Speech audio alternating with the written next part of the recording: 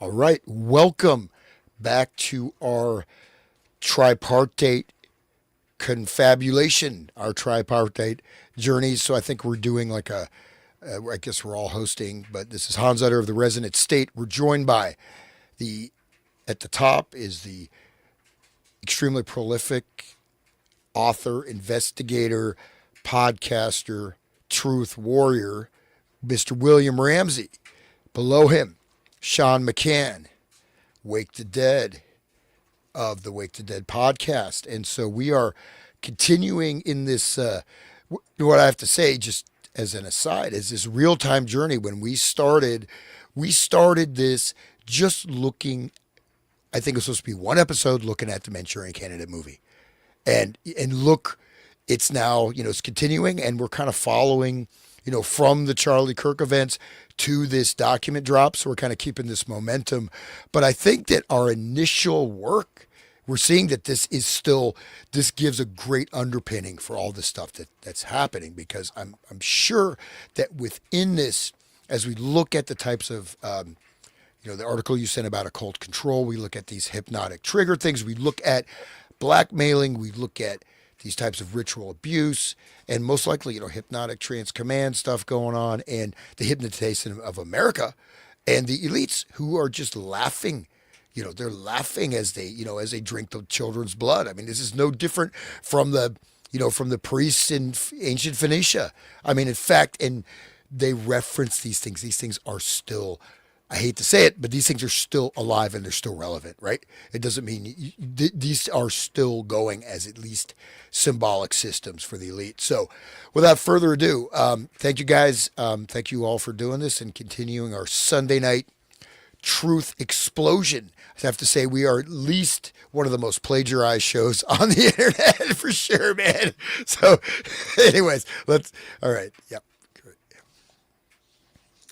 Awesome. Great to be with you guys again, man. This will be like our third episode on the Epstein files, but it'll be, I think, our 20th show, like our 20th Sunday night show or whatever we've been doing for Manchurian. It started August 2025, so it's been quite a journey. A lot of learning, a lot of understanding in this. Epstein, we're still understanding it. I mean, it dropped 23 days ago, numeric. 23, it's 23 kind of numerically occulted, I guess, if you know the 23 enigma. Skidoo. But, yes.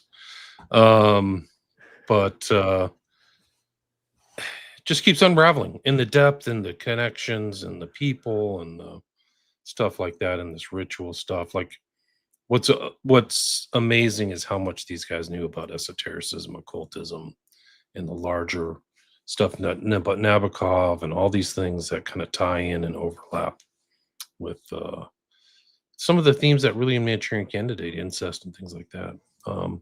So it's very dark, and the cover-up's just incredible. Like, I think that the mass media isn't even covering it at all. I think they're covering that Guthrie girl whose mom disappeared and so the talk about mind control or mass mind control, like, I think it's just really off the charts. It's just an incredible event because of how many people aren't dealing with it. But I think the younger generation is. And evidence of that is this man today. This is February 22nd. He's Austin Tucker Martin, got angry and tried to take the law into his own hands in vigilantism and attacked Mar-a-Lago and died. Well, just notice though, again, okay, this could indeed be, just the guy just was fed up, or was he, so you notice he has three names. They always have three names, right? ATM, Austin Tucker Martin.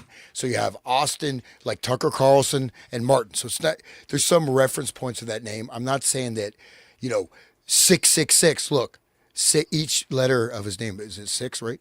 Austin, Tucker, and Martin. So it's 666 in terms of the number of letters. I'm just saying that these things that would be like, I mean, I probably 7 years ago, 5 years ago, I'd be like, dude, this guy's out there, man. Do you believe in like UFOs, aliens? No. But this, whether you think this way or not, this is how they think. And we have proof of that, right? So it's not just, but just notice his name, 666, 21, we see numerology.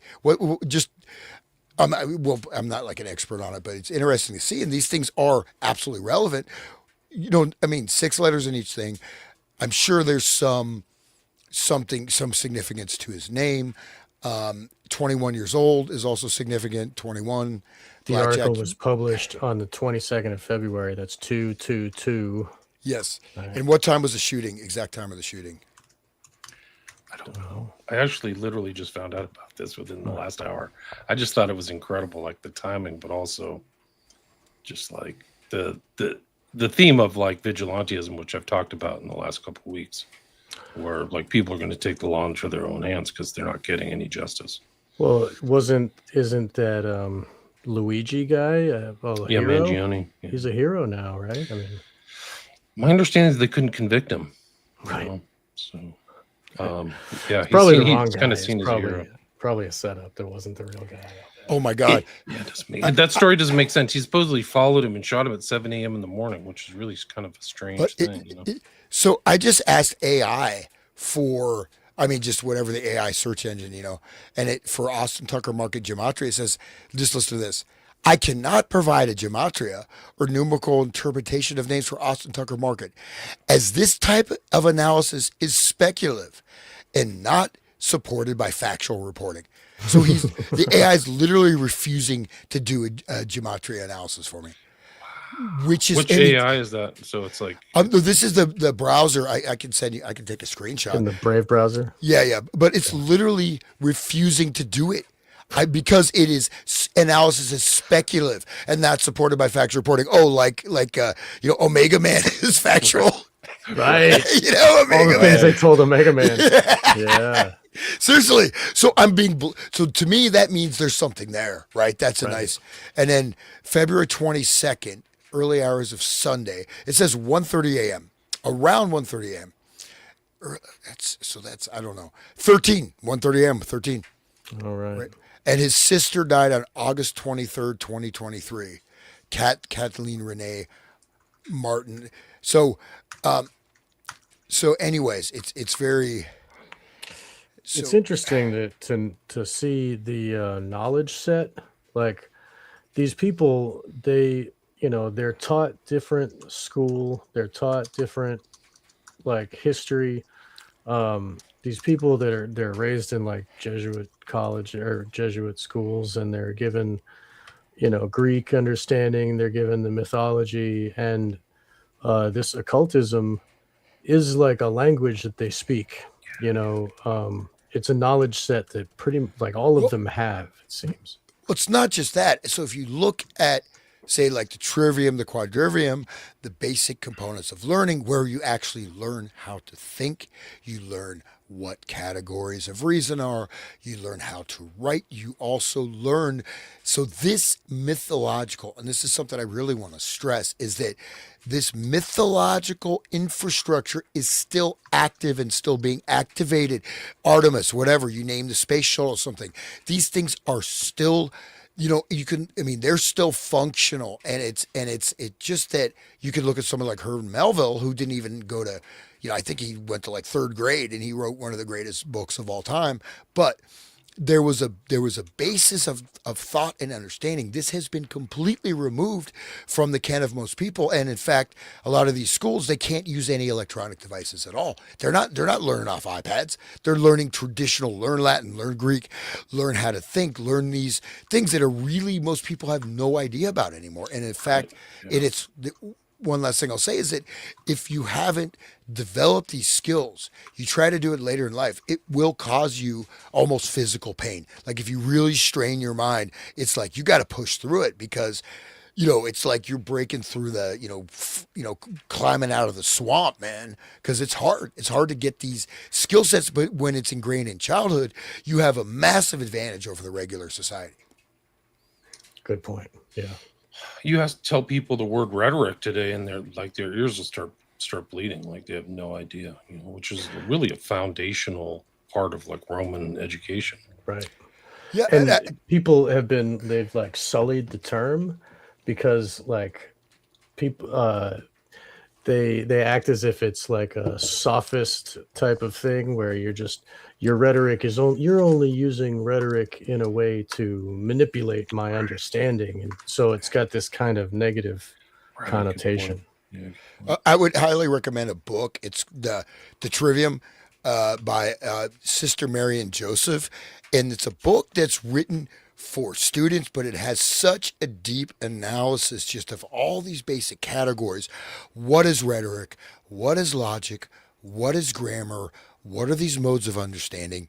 And then they have geometry, astronomy, mathematics, and music. And these are all different forms of knowledge. But you go through the basic thing. What is the purpose of rhetoric? How do you communicate? And all this stuff. And these things people don't even, you have to go to the roots. And I'll tell you, you just see it. Okay, I will tell you it's a good test, litmus test. How difficult is that book for you to read? So yeah, The Trivium and Quadrivium by Sister Mary and Joseph. And just to do that, it's very important. We have to see that there's also been a strong current of anti-intellectualism or whatever. But I mean, get this type of basic knowledge. Make sure your thought process is clear. You understand. Then you can, and you go through all the logical fallacies, and these become, them right off the board. You listen to an argument. Wait, that's a logical fallacy. That's a logical fallacy. And if you analyze these politicians, logical fallacies, top, from here to eternity. For real, man. Yeah. Just the idea of voting to fix anything is a logical fallacy. Right. That's what this Austin Tucker guy was talking about online. They're starting to get his texts. But he's like, you can't change anything, raise awareness. Wow. I mean, he left like a pretty, I mean, if he's real, he left a lot of text online and stuff. Well, The shooter guy? there's a So-called professional football player. The same, like I'm still trying to get one of these AIs to do the gematria analysis. It won't do it. I don't know why. It's funny. But there's Austin Tucker Martin is a defensive back. Says Sport American Football. So I don't know who that guy is, but there's a football player also. Let me just see here. This isn't the first guy who tried to, raid Mar-a-Lago. Remember Ruth tried to do it before the election. So and the guy was missing. So he went rogue and then he attacked. But he wrote, this is according to his emails. Yeah, that guy was a whore for P. Diddy. He would, the guy who Ruth? Not the guy on the golf course. Okay. The guy that lit an explosive at Mar-a-Lago, like at the carport. Oh, yeah, I remember that one. And he got arrested. And in the interrogation, he was saying that he was a hired gigolo for P. Diddy. P. Diddy parties. Yeah.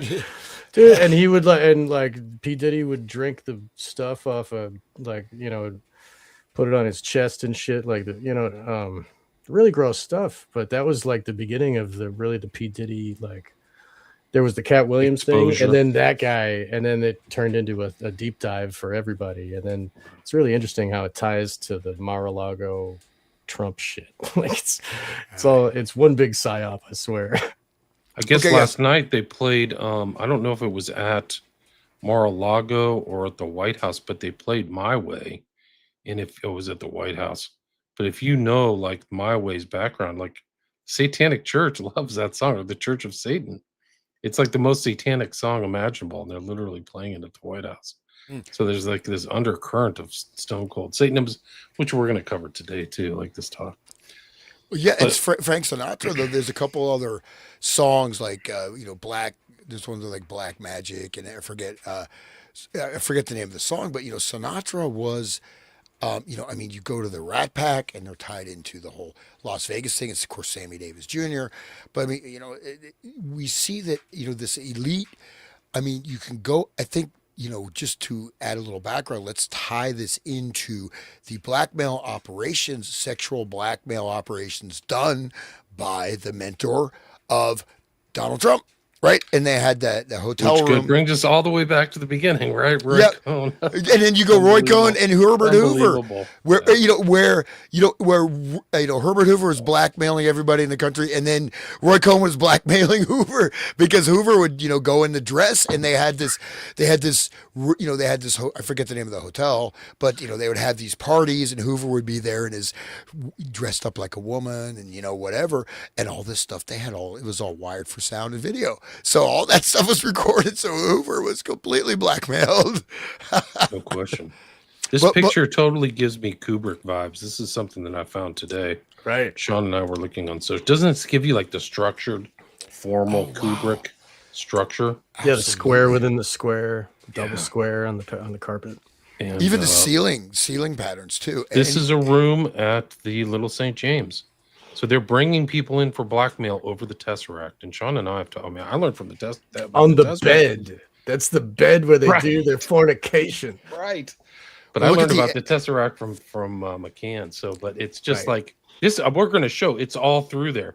So imagine these kind of guys like Epstein and there's got to be an occultist somewhere, whether it's Epstein or somebody else, but they're bringing these people in. You got to come to the island. He's telling Bannon, stay for 7 or 8 days, That's how they probably work them into it. They don't want them to come and leave in 24 hours. They want to get them in, give them some drugs. Epstein knows a lot about drugs. He knows a lot about scopolamine. I've heard recently that he were literally growing the trumpet plant at Zorro Ranch. Yeah, that's proven. I believe that's proven. Yep. So absolutely. He's bringing them in. There's incredible things that have happened in the last week, which we'll get into this occult thing. I'll show it after this. I just want to show you like 4 slides. But this is just an incredible tell. This is like full-on Tesseract. But if it stood alone, it still would be suspicious. But here's like the variants on the theme. Here's another room. This is it. Well, by the way, Sean, the show we did with Carrie recently. So you notice this binary duality, right? They have the kind of red, left, 2 spears, right? Even in this, you have this left, right, it's in between, right? You're going between good and evil. You're going between the tree of life and the tree of death, right? That's the doorway, you could say, to the dark energy, the summoning of the stuff, the portal, and it's all, the symbolism is all over. But what is, these flowers are, I don't know, it's like a same. Is that the trumpet flower? Yeah. Oh my God, it's a trumpet flower. It is. Wow. Yeah, it's a trumpet flower. Over the Tesseract. Look at even the door. Wow.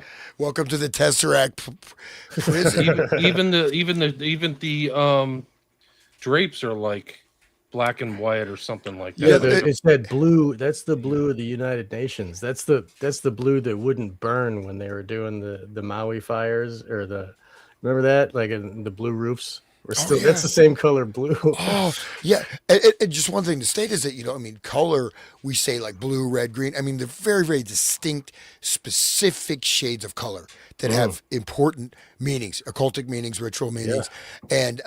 And it's not just blue, like it's a very specific shade. I'm sure it has an exact, cyan, but who knows what the name is. That's the same color on the Israel flag, the same color on the United Nations flag. So that's not just blue, right? This is this very, and each color is a frequency, right? It's a frequency. Right. So basically the light molecules programming with but it's the victims of the DID, they get programmed with colors, specific colors. Sorry, go ahead. Wow. Yeah. No. And so just this doorway or gateway, and you can see that. So the stuff we're talking about, like it's in your face. Now, this is not random design, and these striped black and white, curtains, they don't match the room, so they have some kind of symbolic significance. Right. You know what I mean? These guys, they have. And the temple is the same blue and white. The whole motif of the temple that he's got. Right. That used to be there. They painted over it, and they took down some of the statuary too. They apparently had a lot of statuary. But this is the shooting of this and the structure and the kind of formalism and the how it is very reminiscent of Kubrick and The Last Picture.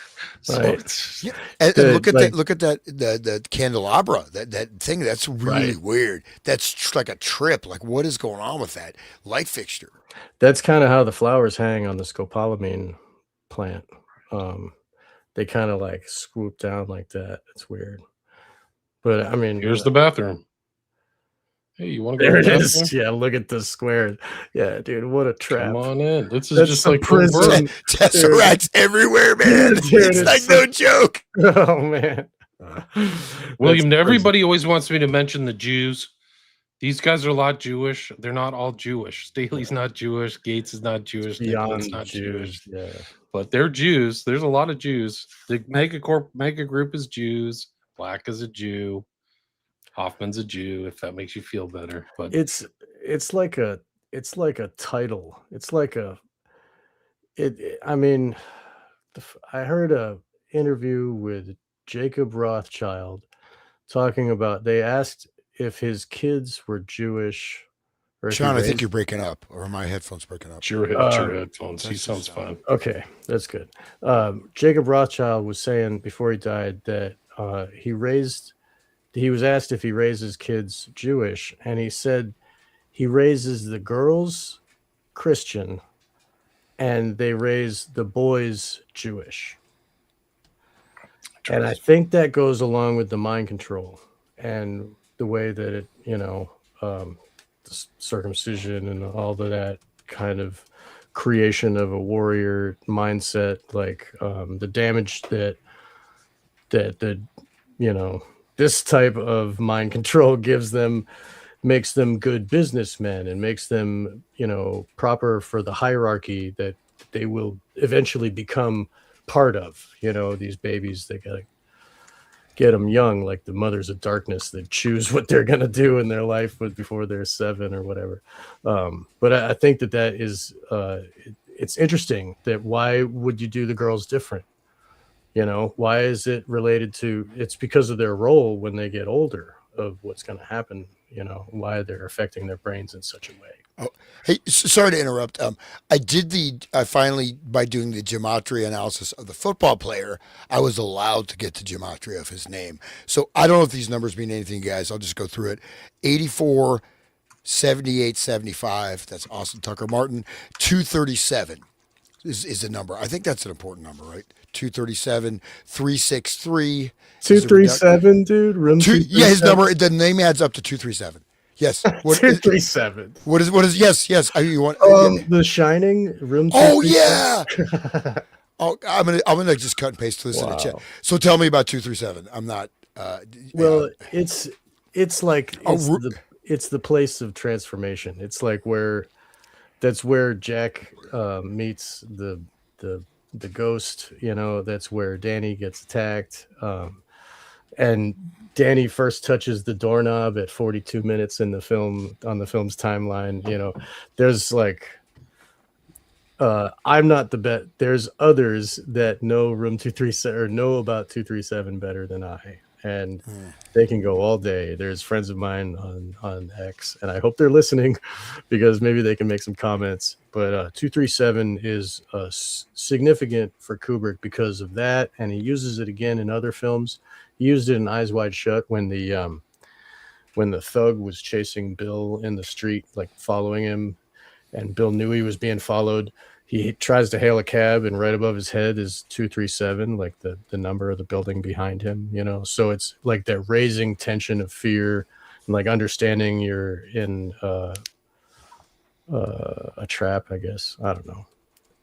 Can you explain to the audience what a tesseract is? Not everybody knows. Yeah. Okay. So like it is it's a fourth dimensional cube. So it basically there's this guy that wrote some books. Let me see if I can pull them up. But basically it represents the fourth dimension beyond 3 dimensions. So but it also represents an eternal prison because of the way that, so like if you take a point and you extrude that, it makes a line. So that's 1 dimension. And then you take that line, you extrude that, it makes a plane. That's 2 dimensions. And you extrude that up, it makes a cube. So that's 3 dimensions. And we can understand and see all that because we're used to seeing 3 dimensions. But then if you extrude the 3-dimensional cube, it creates a tesseract, which is also called a hypercube. And that it in order to represent this, it's, yeah, you see the lighting fixture, it's a square within a square. So, and he's walking down into the red of Malkuth and the mirrors, you know. Anyway, so the tesseract is used in Satanism as a representation of the eternal prison of the mind in the false reality of illusion. So the Satanists like would rather rule hell than serve in heaven, you know, that whole ethos. And so they create a hell out of this world, and they're creating a second world within, and that's the inner cube is the trap.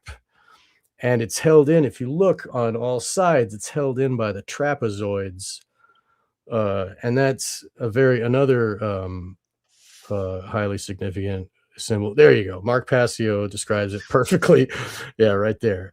The hypercube is one of the most occulted symbols within the dark occultism, yet is found prevalently throughout our society in the form of octagonal symbolism. So like if you take the hypercube and you represent it onto 2 dimensions, like a shadow of the hypercube on 2 dimensions, it creates an octagon.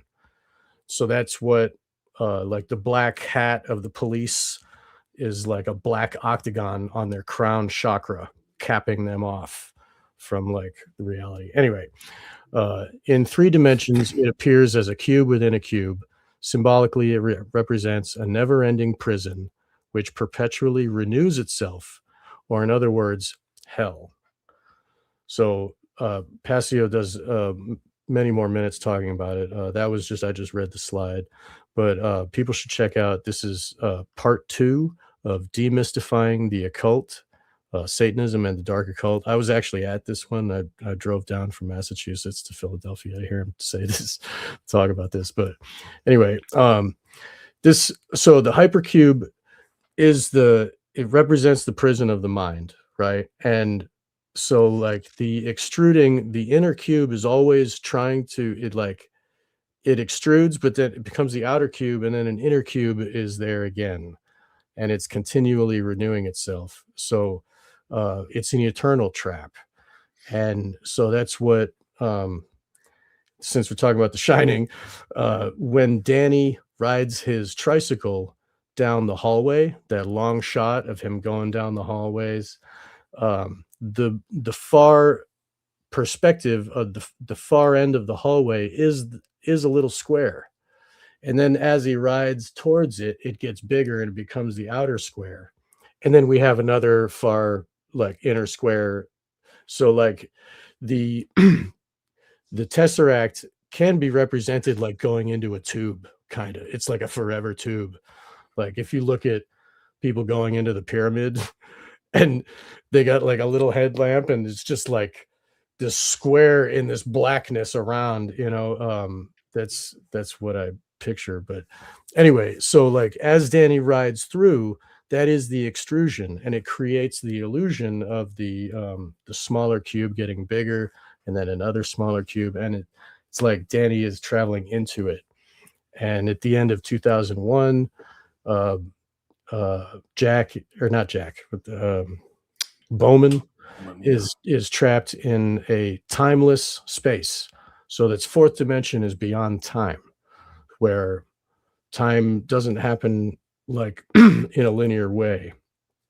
And supposedly non-corporeal entities experience time in that way as well. Like they can, time is not a linear fixed phenomenon for them. And so in that way, they can seem to have knowledge beyond what we do, you know, and that, you know, people like Trump will do dark occult rituals to gain their understandings. But basically the tesseract is that it's the eternal prison of the mind. That's why they put it on the cop hat. That's why the holes in the ground where the 2 towers used to be are squares within a square. It's a black hole inside of another black hole, like, and it's all the water is pouring into it, and that's the tears and the emotion that's just feeding this, you know. And there's two of them. The double square is another way of saying the tesseract, and people that listen to David Icke years and years and years and years ago, he would talk about the double square. And so like that octagon is one way of representing it, and another way is a square within a square, like right there behind Trump on the wall. Those are a bunch of squares, and it's as if he's in a golden one. Like what a douche. But, Well, yeah. just to tie this in again, you can say these guys, these are crazed conspiracy nuts. They're off their rocker. But look at this. So the Tesseract, it's something I talked about for a long time. Even, with Tool, like you're generating. So the Tesseract is the eternal prison of consciousness, which is 6G. 6G, which is a biogenic. It's an Internet of Things, IoT. Like someone said, "Oh, Whitney Webb broke this news," and maybe she did, but I talked about it before she was born. I'm just kidding. I'm not that old. But basically, the thing is that this Internet of Things is the total. They want to literally track and tag every single living entity on Earth. Put this uploaded into this virtual system, which supposedly I've heard that there already is a complete virtual, like maybe using quantum computing technology matrix of every person on Earth. At least in the United States, it's in the United States. This computer modeling, they show everybody, right? You can see everybody. They predict their actions. Every single individual, or at least most of them, are in this virtual simulation. And essentially, they want us to upload our consciousness into the simulation. Okay. And in fact, many people are entering this Black Cube. And I think about Black Cube, the private intelligence company, right? So we're seeing the Tesseracts everywhere. This is a literal thing that is being proposed for humanity, for our futures. This is what it is. One of the issues is that there's a direct rejection of the human biology for the implantation of these virtual worlds, right? I mean, you can't go into the virtual reality. It hurts your brain. It causes, but they're trying to even genetically modify humans because this is our Morlocks, right? Or whatever. And so go back to H.P. Lovecraft, but just real quick, so that I got the numerology of the football player, not the shooter, because it won't do that. It's illegal. It's speculative. But I got it for the Austin Tucker Martin football player. So 59 is actually one of the cards, Ritual of the Machine, in the Illuminati card game. and so that this 59 is also the number of the name in Chaldean. Chaldean is one of the most ancient people, look that up, Chaldea, this is like a lot of the magical practices or whatever and stuff that we're living under came from Chaldean. Ritual of the Machine, or Alliance's sorcery card, gain control of a target non-artifact by sacrificing one creature at an additional cost. Okay, that's in a game, but still 59, that's another blood sorcery ritual, whatever. So all this numerology, I'm just throwing it out there. Someone who's more adept. And again, we have to watch out. We're losing our knowledge from who knows? ChatGPT, I cannot do that numerology. It's speculative. It's a speculative thing. It's a current event. Okay, but look out for this stuff. Look at these Tesseracts, man. The golden Tesseract. And so they're doing these sex magic rituals in Tesseract cubes. Okay. This is interesting. This is where Epstein admits to himself that she was researching a really bad guy that gets children for sex sent to his island. She almost fainted when I told her that person is me. This is his admission that he's doing. Wow. Yeah. I just want to say one more thing. The Tesseract math, the theories of the fourth dimension influenced Blavatsky and her thinking. This guy, I think it was Charles Howard Hinton, maybe, is that I've got a couple familiar books, or C.W. Leadbetter. No, Charles Howard Hinton, I think, is the guy that started Scientific Romances, first series and second series. 1902, I think it was produced or something, or written down. Let me see if I can open that. C.H. Hinton. And there's like, okay, and when you mentioned Tool, Danny Carey had a 2-dimensional Tesseract on his drum set, like all through Anima, probably during Undertow, like during those early albums, there was like Tesseract on each one of his bass drums. So total occultist and totally unashamed of it. Like, yeah, just like go to his website. It's just like, whoa. Right. Yeah. Check out his he's got a t-shirt of Karanzan. It's like a primer for Crowleyism. It's just like, yeah, he sells the books. He deals Crowley's books. Yeah, he's got freaking White Stains, like $10,000 version of White Stains. Yeah, it's fucking actual jizz on it. But yeah, I think it was Hinton, Charles Howard Hinton. If you look up Hypercube math or whatever, it'll tell you where it came from. I think you sent me that book. Yeah, I think I have a copy of it somewhere. That's cool. So that's where it came from. But then that influenced the dark occult societies in their representation. I mean, they're very left-brained, so they take the math like that. It's anyway. Go ahead, keep going. This is Epstein to David Stern, who was the head of the NBA. He's telling him, "You are a friend of the first circle." So he has these different circles of friendship. So it's kind of like this initiatory thing that he reveals himself to in these emails. So it is interesting. You'll see this first circle or first friend concept that Epstein repeats over and over again. It's pretty interesting. So that's hierarchy. It's like rings within rings type of thing. First circle as opposed to outer circle. Correct. Where's the other one? I'm trying to find. What were you saying, Hans? Oh no, I just think that it's interesting to, again, whether you believe it or not, they obviously believe that these things have power, right? So they're trying to use different types of laws to create things, and of course they're living, they're feeding off of everybody else, right? You go to your job, you're a slave, at least you're living on the farm, at least you're on the farm. You got your animals, you got your chickens, your ducks, you're here with the earth. Now you have to go work at some factory, work at some corporate job, be a slave or just have, this half-life of a human half-life. I mean, and that's why people freak out. That's why people, they go to raves or whatever, because they want to feel alive, right? And it pushes you into this. And yet, by the same token, they also want to inculcate the type of similar behavior in the plebeians, right? So this type of debased, make us all Satanists, right? Look at all the OnlyFans, like how many girls, young women, they're like literally prostitutes. I mean, this is debasing something that you can't buy that back. You can't buy back what's been taken from you. Like that one lady who was like this innocent, small town, whatever. They became like Hugh Hefner's like sort of main concubine, and the level of degradation they went through, deeper and deeper and deeper, including humiliation and who knows what else went on. And she's like, I can never get back what I lost. I mean, she literally and she seemed like a nice person, right? But this Hugh Hefner ties into this too. The whole mansion was wired for sound, for surveillance, right? And so I'm just saying that the antecedents of this, and it has tunnels.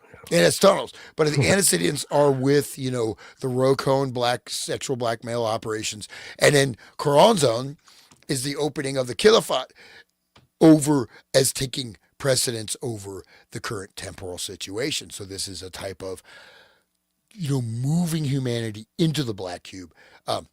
Yeah, go ahead, William. Yes. Do you want to hit that the document you sent us? I think that would be interesting to read. It seems like we've been in the black cube for quite some time, man. People are dumb as boxes of rocks. No, I think a lot of people have had their consciousness uploaded into the black cube, literally.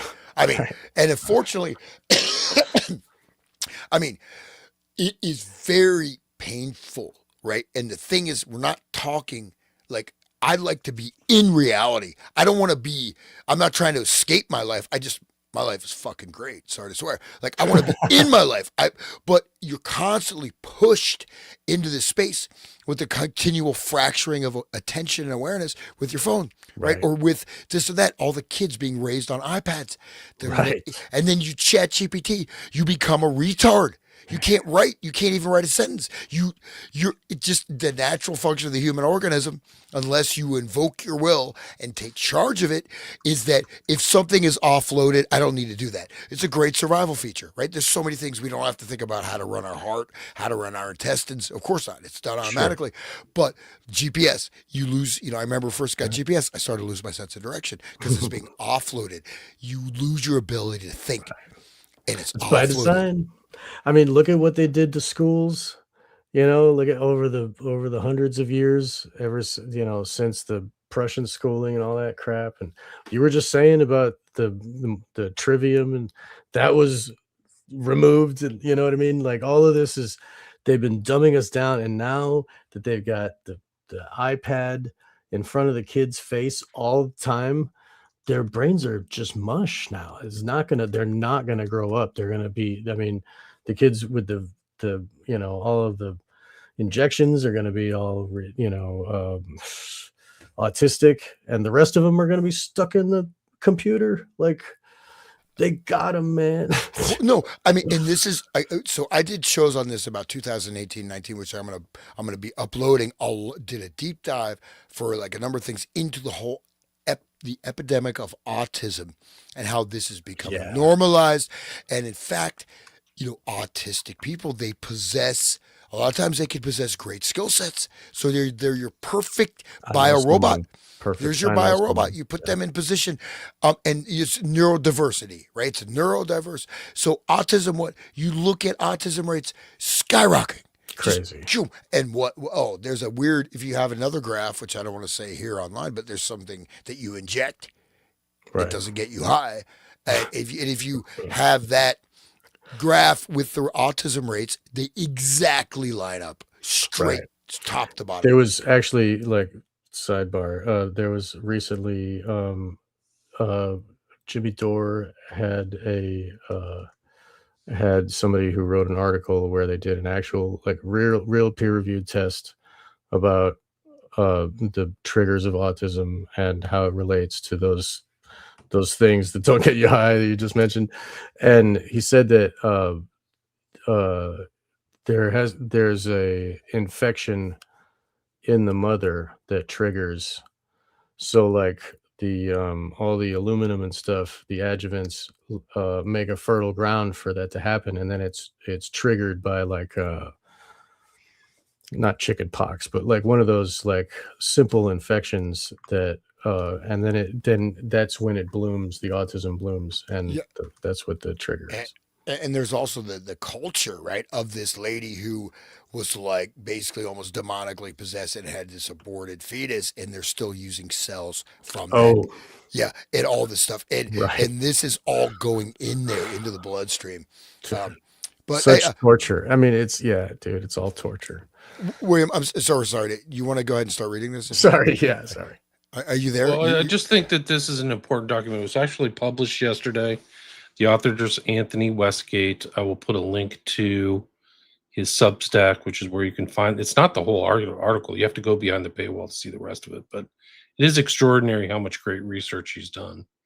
And the full title for audio is The Epstein Occult Dossier: Uncovering the Secret Society's Occult Doctrines and Transhumanist Agenda in the Epstein Files, which is an occult doctrine in a lot of ways. But he caught a lot of stuff. He caught a lot of the emails, Bilderberg stuff, Money's pudding things, hasty pudding, like these kind of semi-secrets, Order of the Golden Sphinx.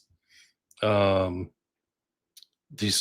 think one is called Killing Kittens in the UK. So he's very interested in all of these kind of stuff. He talks about Le Cirque, which is another one a lot of people don't know about, but Bohemian Grove, the Zodiac, I think we mentioned in one of our other shows, but he goes in greater detail about that. The hierarchy of the inner circle, so this concept of the inner circle, which I just mentioned, but it's like he had this kind of inner circle view. He knew about Mozart, the harem, And people were asking about Rosicrucianism, but this one is really incredible. It's an email from March 17th, 2013. Dude, I just gotta say, I just saw in that document he donated $375,000 to the Order of the Golden Sphinx, Right. from the Hasty Pudding Institute. Right. The Order of the Golden Sphinx. That's pretty weird. Past pledges have many connotations. A pledge of allegiance, pledge of assets, most similar to giving pledge, includes the comments that relate to fraternity pledges. Wiki, fraternity brothers often involve pledges and exercises of loyalty and trust.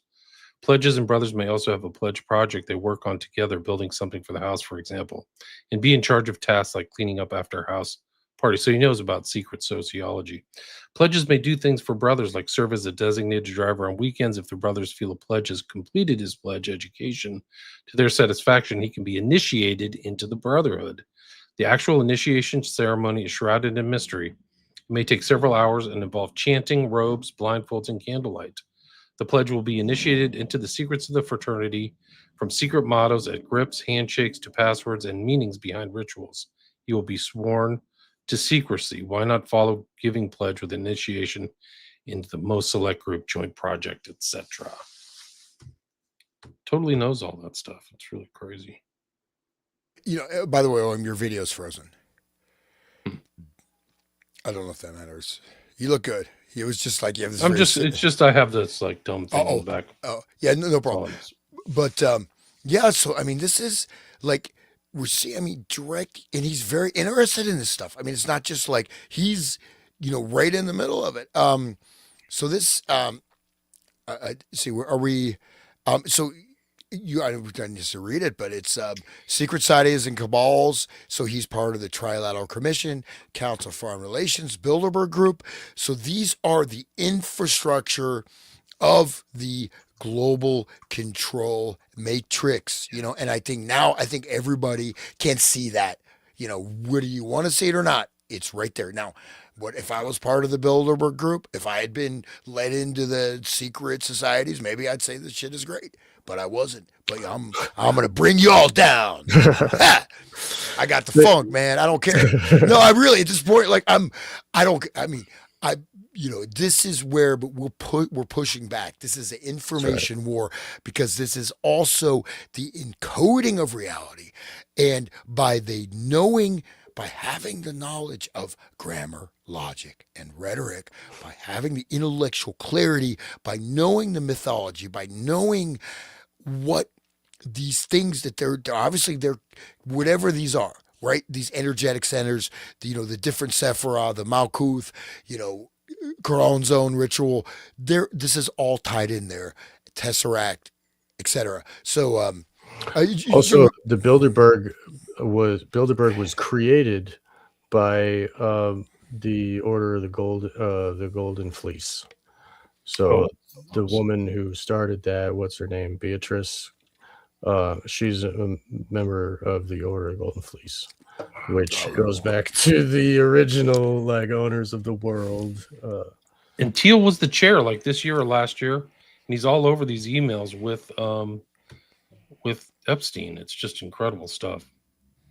But one more thing, just to bounce back to like the whole Tesseract, because the Tesseract is in Rosemary's Baby. Right. And then here is Alec Baldwin mentioning this. Jeffrey invites you to the set of the new Woody Allen movie and watch some of the filming later today with Alec Baldwin. Jeffrey is copied here, so you coordinate directly. This is 2012. Best wishes. Witches. Witches is probably correct. Yeah, right. I think Polanski must be like 5 feet tall. He looks almost like. Yeah, he's a little person. But we do have to say though. See, there's people, in the media, like, Woody Allen's a genius. I mean, like, Woody Allen, everything you want to know. I mean, that like, I'm traumatized. I watched the movie. Everything you wanted to know about sex, but afraid to ask. Like, my brain is still not recovered. But he's like this really irritating guy. His movies are pretty crappy, I'm sorry to say. And he's a complete, he's a incestuous dirtbag pedophile. And his movies really aren't that good. And there's a lot of these musicians and artists. Oh, he's a genius. He's great. And it's like either people don't They're taught to actually say that. engage with it. But the thing is, like, especially being a professional musician, I'm still going somehow, by the grace of the Almighty Creator. But I stay on that path, man. You don't want to deviate from that right now. You can't. This is not a time to mess around with things like this. But basically, there, people don't even listen to music. They listen to what mimetic structuring has been implanted in their brain, and then they're going to like it. Literally, they don't even hear the sound. Yeah, the millennial whoop, like that whole thing. Whoa, whoa, and I mean, it already sounds like you already like it because it's something that you already been trained to like. And the millennials, although for a while they were all going, oh, whoa, whoa, and all the, there's not even any words. It's like a bird song. I don't know if you remember the millennial whoop, but look that up. And well, and someone just mentioned Einstein. So Einstein, what did he really do? Oh, He removed ether. He removed the ether equation. What is all the actual working technology from Tesla? It works on ether. Okay, Einstein removed it, and then suddenly we're in this realm of relativity. Well, and what is most math and physics doing? They're either just going into these fantasy lands of endless equations, right? It's like, it's like it's like a Borges story. It's literally like a Borges story. But, or else they're trying to go deeper, fracture the atom. And in fact, open up spirit portals. Like, these are things like what I mentioned that before, like, you don't need to do that. You should not affect the human genetic code. We don't need to do this. We don't need new atomic power. We don't need these things because they are anti-natural. We don't need these powers unless you're going against, right? If human beings were able to invoke their intelligence and free will, the earth could be a complete paradise. It's human beings that have made earth a problem. It's not. It's right. We created this illusion of slavery that we all abide by. Yeah.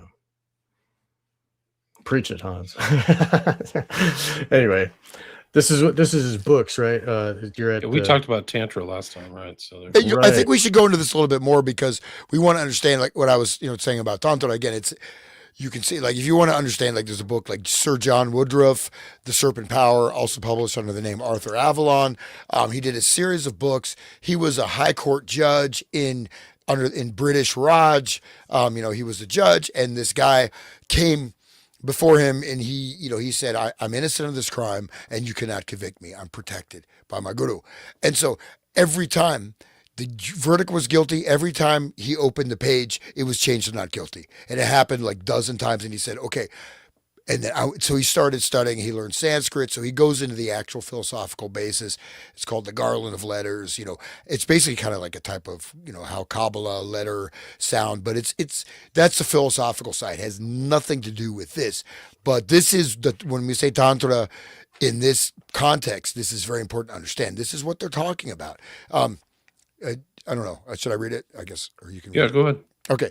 He argues that Kabbalah, and again, every spelling, either Kabbalah or Khilafat, indicates this has a very distinct meaning of what layer of interpretation you're being used, right? You have Hermeticism, you have hidden meanings, you have layers of meanings or interpretation. So that with a Q, with a K, this means a lot, whether or not, this person is aware of that. But okay, anyways, he argues that Kabbalah formed the basis of Western sex magic, and the magic with a K, again, letter magic, right? In all its forms as it exists today. The book describes Crowley's 9th degree ritual, in which the core sex magic instruction of the OTO, written in an alchemical cipher. It includes detailed discussion of the sexual symbolism of the Jerusalem temple, the cherubim figurine in the Holy of Holies, and the question of what the temple's innermost sanctum was actually designed for. I should note that I would not advise looking through this text, as it contains explicit sexual imageries and numerous blasphemies that I will not mention.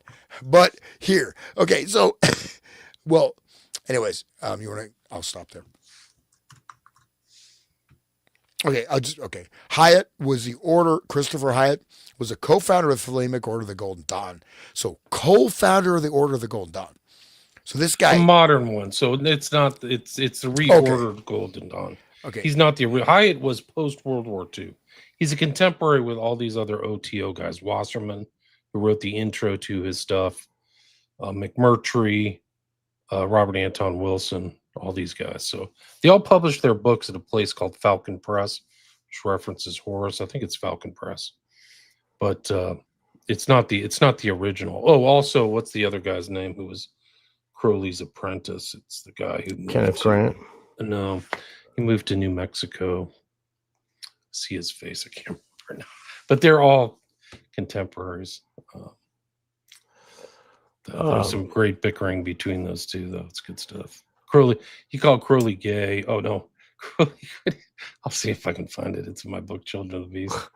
It's too funny. I'll find his name too. What I'm sharing there is an encyclopedia of the occult, and there you go. Okay, that's called Cult and Occult, and this was in Kubrick. I have this because Kubrick was studying this for Eyes Wide Shut, so I made sure I found it. Wait, I'm doing the same thing. Oh yeah. So yeah. So anyway, this it goes pretty deep. Edited by Peter Brooksmith, and here, let's see. Israel Regardi is the guy's name. Oh right, yeah, I should have thought of that. So there's dowsing. Where is it? So when it gets into sex magic, it starts with Tantra, and it says that it all starts there. Okay, Zodiac. I should have looked at that. Oh yeah, Crowley was made fun of Regardi for being Jewish. He called him like he came from one of the vilest slums in London. He was in fact morbidly conscious of his racial and social shame, and it embittered his life from the start. So Crowley was always bitching at him. And then, I mean, so apart from his inferiority complex, he was found to be suffering from severe chronic constipation, and measures were taken to cure him of this, and also his ingrained habit of onanism. The cure in the latter case was successful, but Regardi abused his freedom by going under some railway arches and acquiring an intractable gonorrhea. And then Regardi turned around and put in writing. You see, the one thing about Crowley, which took me years to understand, was his occasional desire for women to piss and shit on him. I can't say I ever shared this taste myself, but the old man used to love it.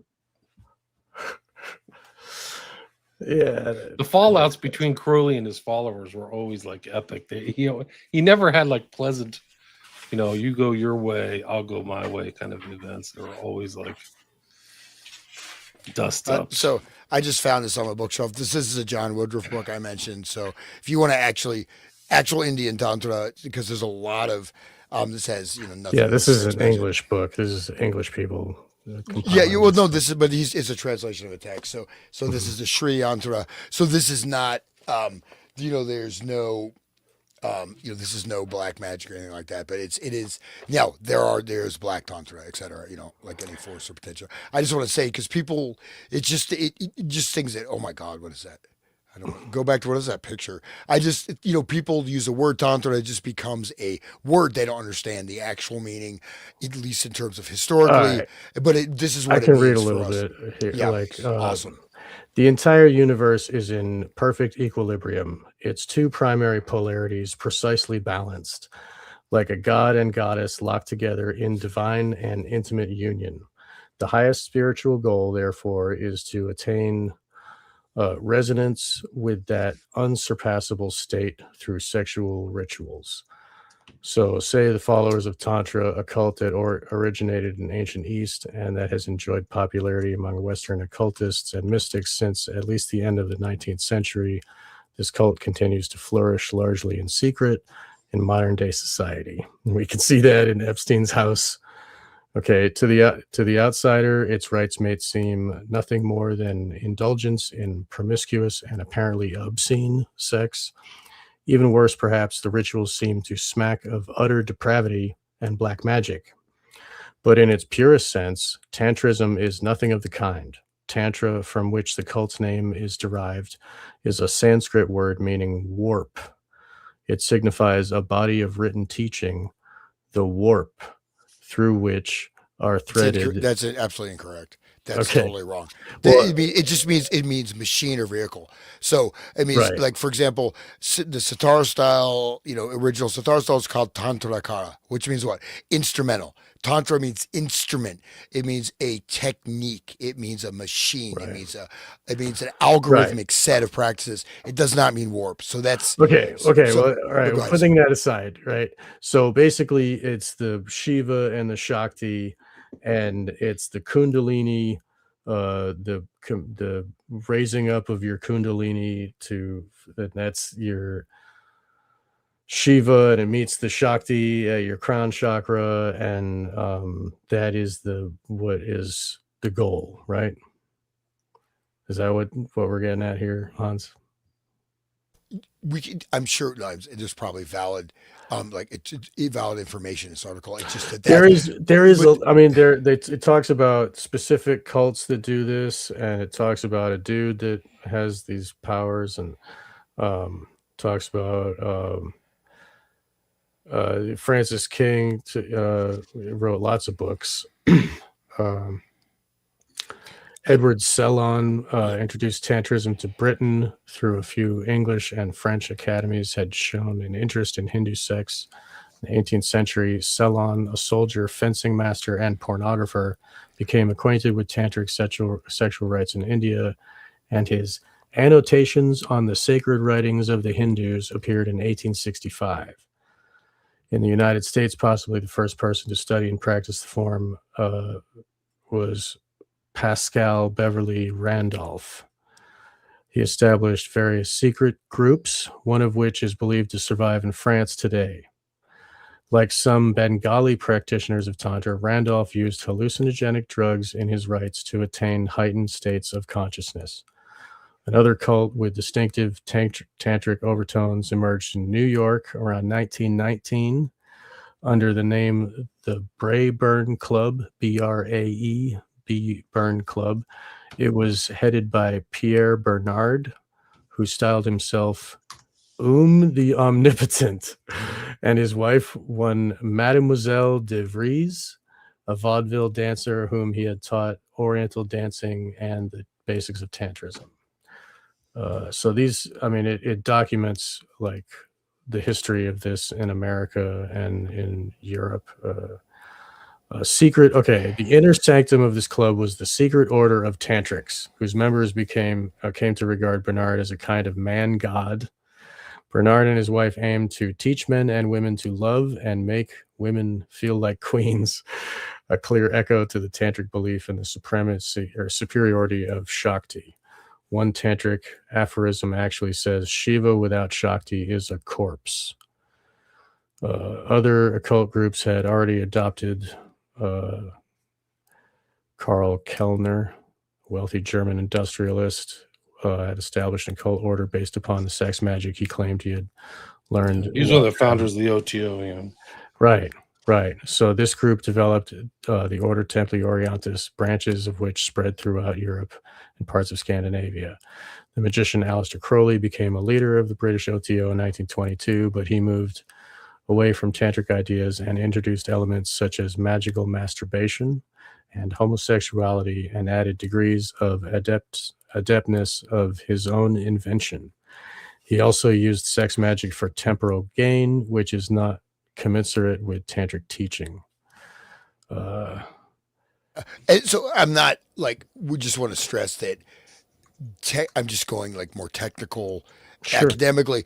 So this term, of course, in the body of practice associated with, you put on the name Tantra. So I'm saying the philosophical basis, but this, go back. I mean, this is deep. Like this is, so this is actually, this is a great book. Kandala, there's Agora and Kandala, right? And there's other, I mean, like I said, in India, there's a law against doing black magic. Okay. So Right. this stuff is like, and this stuff is hardcore. Like I know somebody who actually, their father died. These people did this ritual. They chanted for 2 days and her father just died 2 days after that. And they took the property.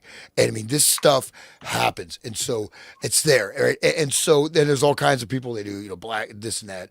So I'm saying the original it's quite interesting. Just as a philosophy, has nothing to do with sex actually at all. It's Right. just but it's connected more like with Kabbalah. Now, talk about Kundalini. Okay, we're talking about, you have to look at the process of biohacking. Is it something you want to do? Do you know what you're getting into? Are you going to come out of it? Is it necessary? Right? Do you need to do that? I mean, I just say this as a general statement: is that if you live your life appropriately, these things will come to you when you're ready. You don't need to do a lot of this stuff, right? Because you can do. I mean, it's it's just like an electrical circuit. You can run different types of power through it. You can do lots of things with the human body, lots of things with the glands. You can get all kinds of things, but they can also, if you're not ready, if you don't have enough, you can easily become like all these people. They are literally slaves of that, or like omnipotent, right? This person is directing them just like the orders of the it's a hypnotic orders, right? Right. The hypnotic trees of, looking at, going back to the Hoover document. So these are, I would look at these as there are behind this, right? These are recruiting schools. I'm sure there's a massive amount of hypnosis going in there. And so I just wanted to state that I'm sure that within this document it's correct, but this is what is presented as quote unquote tantra for for the West, which are amalgamations of various techniques and mind control doctrines, Right. right? And you can look at the thuggies, the thuggies, right? Thuggies Yeah. Right. who they sacrifice the black cord, they worship the goddess Kali, this and that. It's like thuggy. So this, yeah, you see this, very famous temple. I've actually been there. It's pretty Oh, really? wild, man. Yeah, it's like that's how to live. Just kidding. But no, I'm saying, but that's and these are, we have. Okay, I won't go into this whole historical thing, but absolutely. I mean, it's dangerous, but this, I just want to stress that this word tantra actually means this is a type of black occult magic. It's called Chandala, to connect with maybe Agora and some of these other esoteric schools, plus a huge dose, I think, of hypnotic mind control stuff that went into all of these orders, right?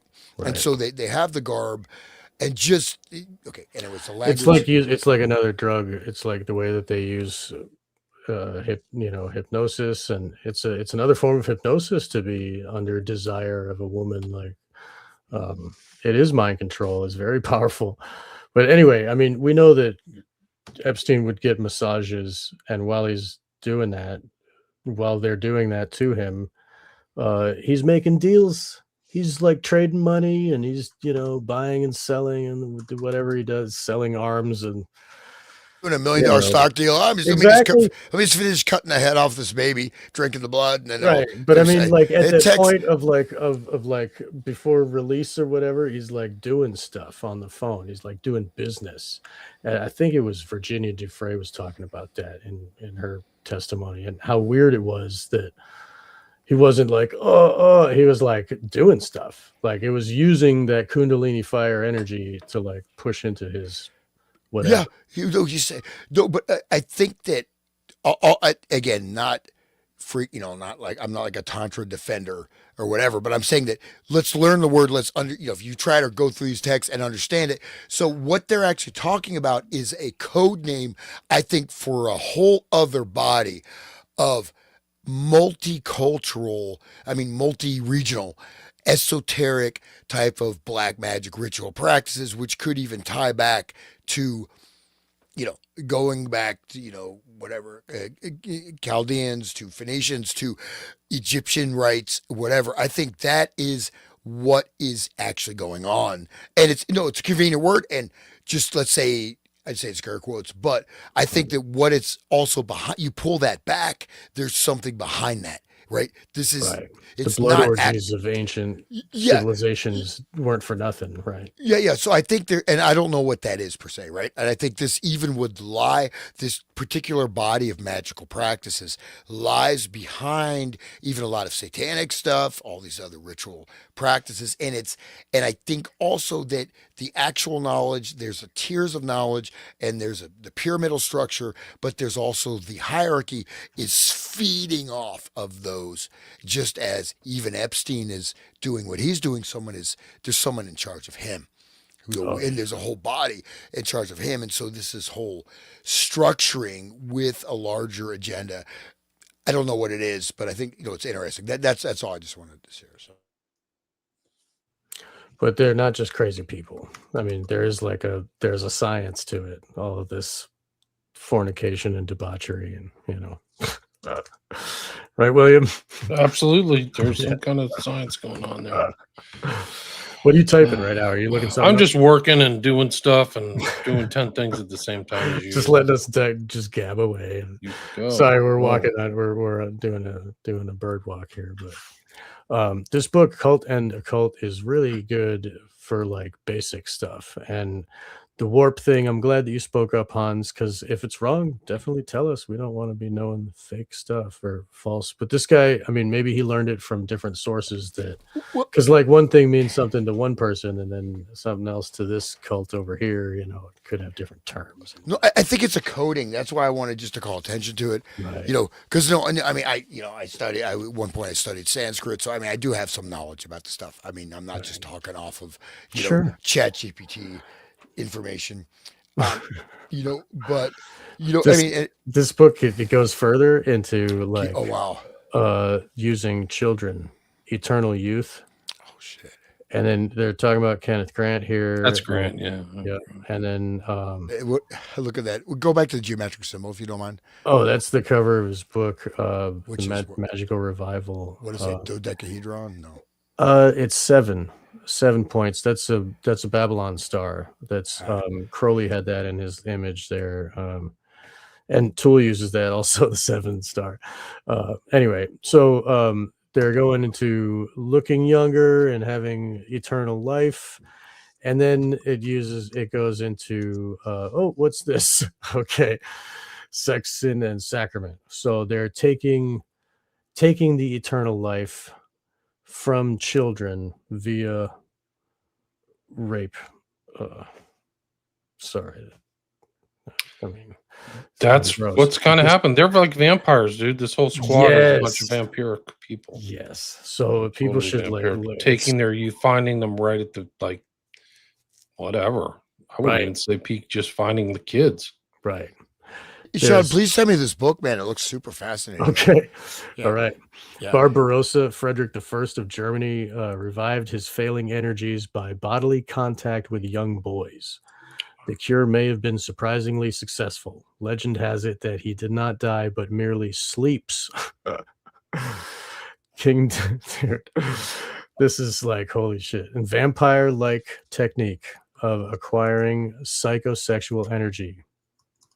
Okay, that's exactly what you just said. Whoa. Yeah, whoa, that's crazy. The faith are sorted articles of faith of Heinrich Himmler, sinister chief of Nazi SS. Himmler, as well as carrying out unpleasant duties with dry efficacy, spent much time thinking about such unlikely problems as the mystic symbolism of Gothic architecture and the occult significance of the Etonian top hat. This book is really interesting. Everybody should get this, but it was not digitized forever, and like a physical copy is like $150. It's like a big book. But yeah, so like basically this is where I learned about Gandhi sleeping with young maidens and stuff. Oh yeah, I knew about that. And they used to also during the peace march, they did a lot of fart jokes. So I remember there was a journalist wrote about that. But yeah, Gandhi, I mean, he slept with 2 naked young girls, but he said it was done to fortify his willpower because he would not sleep with them. That's what this book is. That's what this is about. That's what this book is. Okay, so now King David was old and stricken in years. He gat no heat, wherefore His servants said unto him, Let there be sought for my lord the king a young virgin, and let her lie in thy bosom, that my lord the king may get heat. So they sought for a fair damsel throughout the coasts of Israel, and found Abishag, Shunammite, and brought her to the king. And the damsel was very fair, and cherished the king, and ministered to him. She regularly slept with King David, did not have sexual intercourse, for this would have earthed the life force and frustrated their intention. So it's like an energy. It's like grounding the life force when you actually, that's why they never, I mean, true tantric sex practitioners don't release. They, it's that would negate the whole process. But I mean, these people Or the release should be consumed. So it should be consumed because you take the energy back because it's a source. Right. I mean, basically, so do these things have effect? Yes. Are they necessary? These are types of biohacking, right? These are types of source code manipulation of creation, right? Yeah. Especially at the juncture we are with all these historical forces and processes, it's really not, I think there's enough if you get on the right side of the potentiality, right? Because in a sense, humanity is at a precipice. But I think all the stuff is being pulled back, right? But I think it's not the time to engage in these things. And as soon as, the thing is, this is like, I think we have a common sense morality, right? Is it, well, it feels good to like rape a girl. Well, but it's evil. So I shouldn't do it. I mean, I'm not saying it feels good to me. I'm just saying like this is this fundamental thing that there's a selfishness. I take what I want. And I'm going to do this because it's good for me, and I want to hack instead of Satanism, right there. Yeah, Satanism, yeah. Instead of like being healthy, doing what is right, living simply, and then getting your power from that. Which, but this is what our society is based upon, and I think this is a foundation of Epstein behind beyond the blackmail. I think this ties in all the other esoteric agendas, or even just direct agendas. Transhumanist agendas, transgender agendas, transspecial agendas, CBDC, total control grid. I mean, the removal of physical currency, total surveillance, injection of biologic agents that are tied via nanoparticles to various frequency, phase array frequency structures such as cell phone towers, internet, and then it's really, even just as an aside, like all the frequencies chosen for cell phones, you can have amazing cell phone connectivity in a frequency that is totally non-harmful for any human being and for all life. The 5G frequency it was originally set as a frequency weapon. It was a weaponized frequency that would be used for electronic, psychotronic, neurotronic warfare. And this is the cell phone frequency. You're holding that up to your head, and it's exactly and that frequency they're choosing. It takes so many transmitter stations, and it kills life. It kills all life, and you can get. When it first came out, you could build your own tower, and you can have a much higher level data carrying capacity. It's like almost like an AM radio frequency with no harm to any being. And in fact, it's way better. They chose the most life harmful, most toxic they put them on top of schools. And they put them right on the school, man. It's a choice. There's what I'm trying to say is that, like, okay, I can give you a car. It's going to be an amazing car. It's like a Lamborghini, and I'll charge you $5,000. I can give you a car that you're going to have to repair every 2 or 3 days, and it releases toxic fumes, and you're going to have to go to repair stations every 4 or 5 miles. I'm going to buy that car. And that car is not only going to poison yourself, it's going to poison the environment. That's literally the choice of frequencies they made. That's, I'm trying to say, like, this is like, this, By design. it's not exact. It's a fucking death cult. Excuse my language. Am I still there? Sorry, man. We're talking over you, dude. Yeah. I'm just working. I'm just trying to categorize a bunch of stuff. William is here we go. He's not technically this is Dick Cavett, guys. This is like an unnerving. Nice. If you like Dick Cavett, do not listen to this. Oh no. Dear Leslie, horrors. I've committed to the unpardonable error of inflicting upon Jeffrey today on the phone a false anagram. Please spare him the pain of passing it on its erroneous form. Here's the correct version. The letters in President Trump rearranged spell Mr. Putin's red pet. Thanks, Leslie. The chicken matter touches my heart. Dick C. And what is chicken in terms of... Chicken is like kids. I think it's like kids. Yeah. I don't know when Dick Cavett died. When did Dick Cavett die? But it just, I mean, this is like just more code words. More code words for the other. The new one is Oreo. Have you guys heard of Oreo yet? No, I haven't. Okay, let's do the Epstein Oreo one. Like there's all kinds of, they really fixated on Oreo ice cream. They really want to make sure that, you know, like you have somebody who probably has never cooked a freaking meal in her entire life talking to Jeff about getting ice cream. But I scream. You know, it's very literal. Got a slot. Arrive 12 noon. Is it the tag terminal? I'll pick you up. I think it's Jet Terminal. Okay. Jeff, I have your Oreo ice cream, New York. Nothing else. Just Oreo ice cream. It's not ice cream. It's definitely not Oreo ice cream. It's something else. What the hell are they talking about?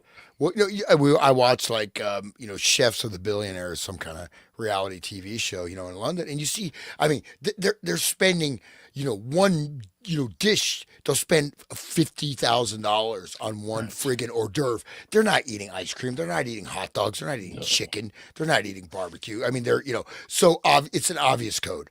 I mean, because one of the sort of signatures of the billionaires is this exclusivity and also the competition, right? Bragging rights. Oh, I got this rare, gland of the pineal gland of the, of this, rare, this tribe. We harvested the pineal glands of this particular tribe that lives in the rainforest, and it's very pure, and you're going to get a great buzz, and it costs $15 million for this dinner.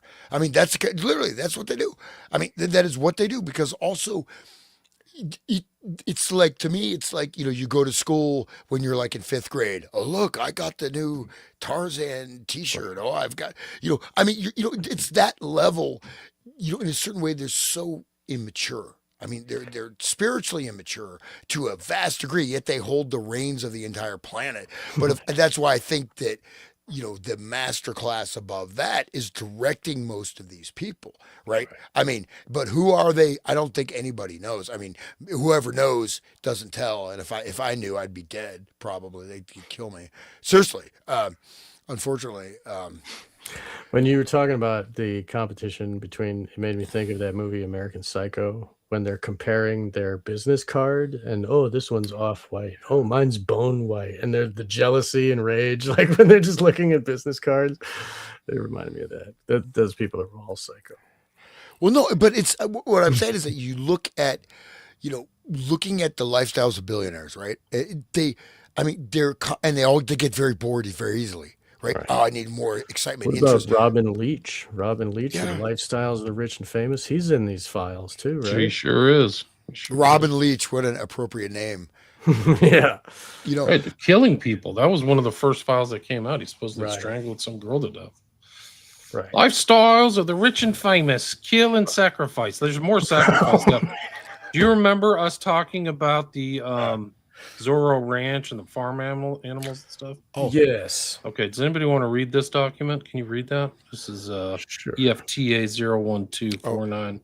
I asked a friend of mine who actually lives near the Zorro Ranch to hit me a heads up on the chat because he had some interesting information on that. But I don't know. I started. I do too. My last I have more. stream There's late. so if we talk about we talked about 2666 and what do you call it? Did we lose Sean? 2666 in Juarez. Did we talk about that? And I started the book. I just got through the first part where they're talking about the obscure German author and their fan club, which Archibaldi. Yeah, Archibaldi, and they throw in a little reference to there's a reference point, so I haven't gotten that far into it. But he's a great writer for sure. I never counted his work, dude. It's like the background is almost like the whole Epstein files. People moving between borders and talking and communicating across boundaries and stuff like that. Let's see. Sean, do you want to read this? Do you want me to read it? Anybody elect to read it? I can't get resolution. I tried to refresh and I popped out. Sorry, but I would. That's right. I'll do this. This is 2019. So this is the stuff that comes in. Epstein's arrested on the 8th of July. This comes into the FBI crisis intake. It's crisis, right? I mean, this isn't investigated, but they're not investigating any of this stuff. So I guess the public has to. Called the FBI National Threat Operations Center, the NTOC. I mean, I can do a whole show on the NTOC. They're just incredible documents. It's just, these guys are such losers. The FBI is just a totally corrupt, controlled entity. It's just not even arguable.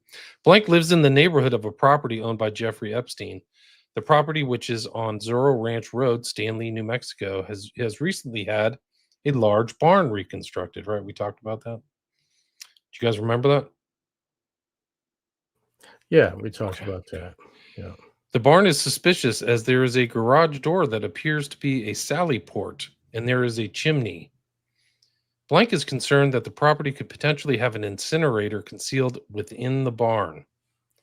An old 1970s mobile home was recently put right behind the barn, which Blank believes does not follow Santa Fe County regulations. There have been a lot of high-profile people seen frequently at the property.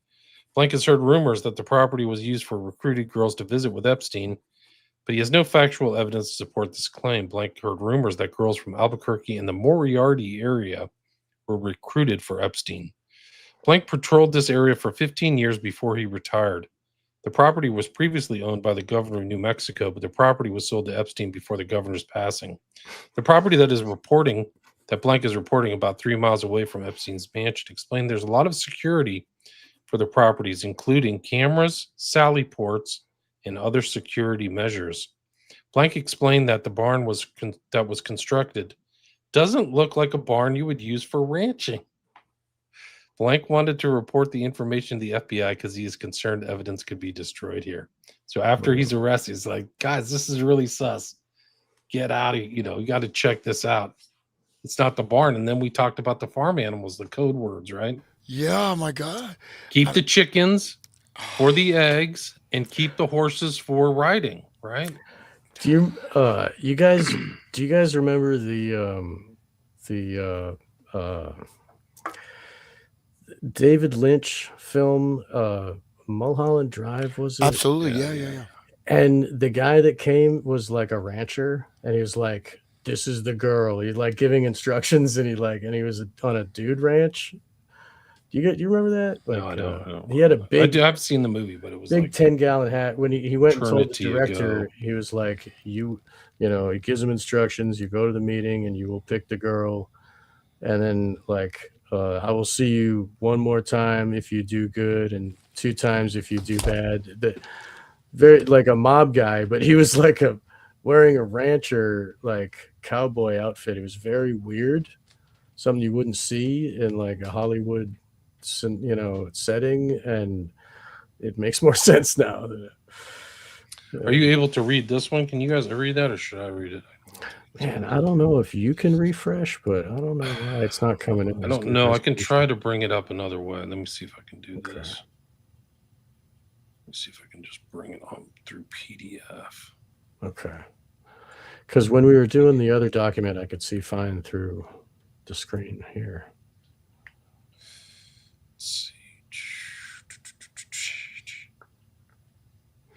Yeah, people in the chat are saying Bill Richardson. And yeah. These guys were there. Snuff Yeah, film. they were brought up. Like there's like literal investigations going on. Are you able to expand that or? I can see that. Yeah, here, let's see. On April 14th, 2020, blank called the Albuquerque FBI Operations Center approximately 5 times in a 1-hour period to report a crime related to the Epstein case. He was transferred to NTOC, but he claimed NTOC would not take his report. He requested biological functions. I'm back. He requested to speak. I just had an idea. Sorry, hold on. I'm reading right now. Sorry. He was transferred to NTOC, but he claimed NTOC would not take his report. He requested to speak with an agent. On April 14th, 2020, Las Cruces duty agent called blank using phone number redacted as well regarding the report. Blank did not provide clear information regarding the complaint. So that's April 15th, 2020. Go to the next place. Try to read that. Sure. In the below in the notes, authorized method, access example FBI DOJ records and obtain information from FBI DOJ personnel. Method databases checked. No, the next page. Sorry, go to the next. I have to go. Oh, you have to do that. You're on. It's like try the okay. Try the next page. Sorry. Okay. I had my mistake. All right. So authorized. Okay. Method description. All right. This is interview or request information from members of the public. Okay. A bunch of redacted address, phone number, name. Was interviewed via telephone. After being advised of the identity of the interviewing agent and the nature of the interview, blank provided the following information. Jeffrey Epstein's Zorro Ranch and affiliated cabins were used as a location for sex and giving victims of rape sexually transmitted diseases. Sex and STDs were then used as blackmail against rape victims from the ranch. The STDs then turned the victims' brains to mush so they could not tell their story. Several victims of Epstein are known to blank. However, blank would not provide further information about these victims. One female victim was raped multiple times and became pregnant. The baby was then sacrificed and buried at the Christ United Methodist Church near blank in Albuquerque. Blank would not disclose the name of the victim or provide any further information. Blank stated that he would only provide the names of blank and blank from redacted as well, because their names were already public knowledge. He stated these victims had already been in contact with law enforcement on multiple occasions, but law enforcement did not do anything. He would not provide further information about these individuals, but requested arrest and prosecution information from the FBI on the Epstein case. The writer stated the FBI does not discuss investigations. Blank did not want to provide additional information regarding victims or other federal crimes, but continued to request information about the Epstein case. Blank stated he would contact the Department of Justice directly for information.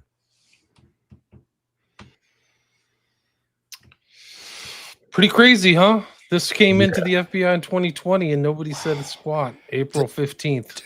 That is so horrific to think about deliberately infecting them with venereal diseases like syphilis and stuff. Like, I mean, that is wow. This person doesn't understand. The thing is that the trumpet stuff is there. So in my opinion, they're saying they're turning their brains to mush. She thinks that it's, or whoever's putting this, he or she thinks that these people are being turned to mush by the STDs. Not in my opinion. There's other Right. stories of people being drugged and memory lapse. There's some crazy information in these documents are so freaking crazy. You can't even believe it. There is a story that these guys were so sophisticated. They put this thing about this is Santino. I'll play this right now. This is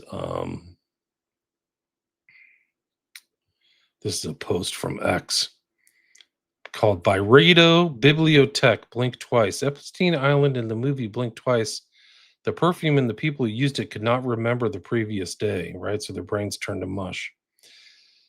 Blink Twice reveals that Frida and the other woman, and this is actually this Byredo, like it's in the pictures and Epstein stuff, is the same Byredo perfume of it's a type of like candle or something like that. I'll have to find this post. Wow. But it references a movie is called Blink Twice. Get this.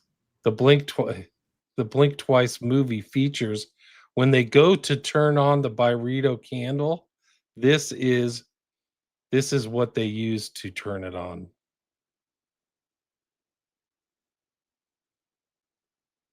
Wow. It's all just a big joke, isn't it? It's all a big joke. For the listeners, it's a smiley face. It's a yellow. Yellow too, right? The color's and right. It says Jess, like jesters, like jest. But Jess, it kind of looks like that's the whole comedic thing that's behind the smiley face. It's all a big joke.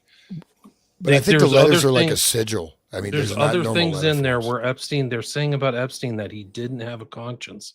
He never felt sorry for anything that he did. It was just all fun and games and a big joke for him. Like he just didn't have like a moment where he thought about the trauma or the use or the disposal of these people.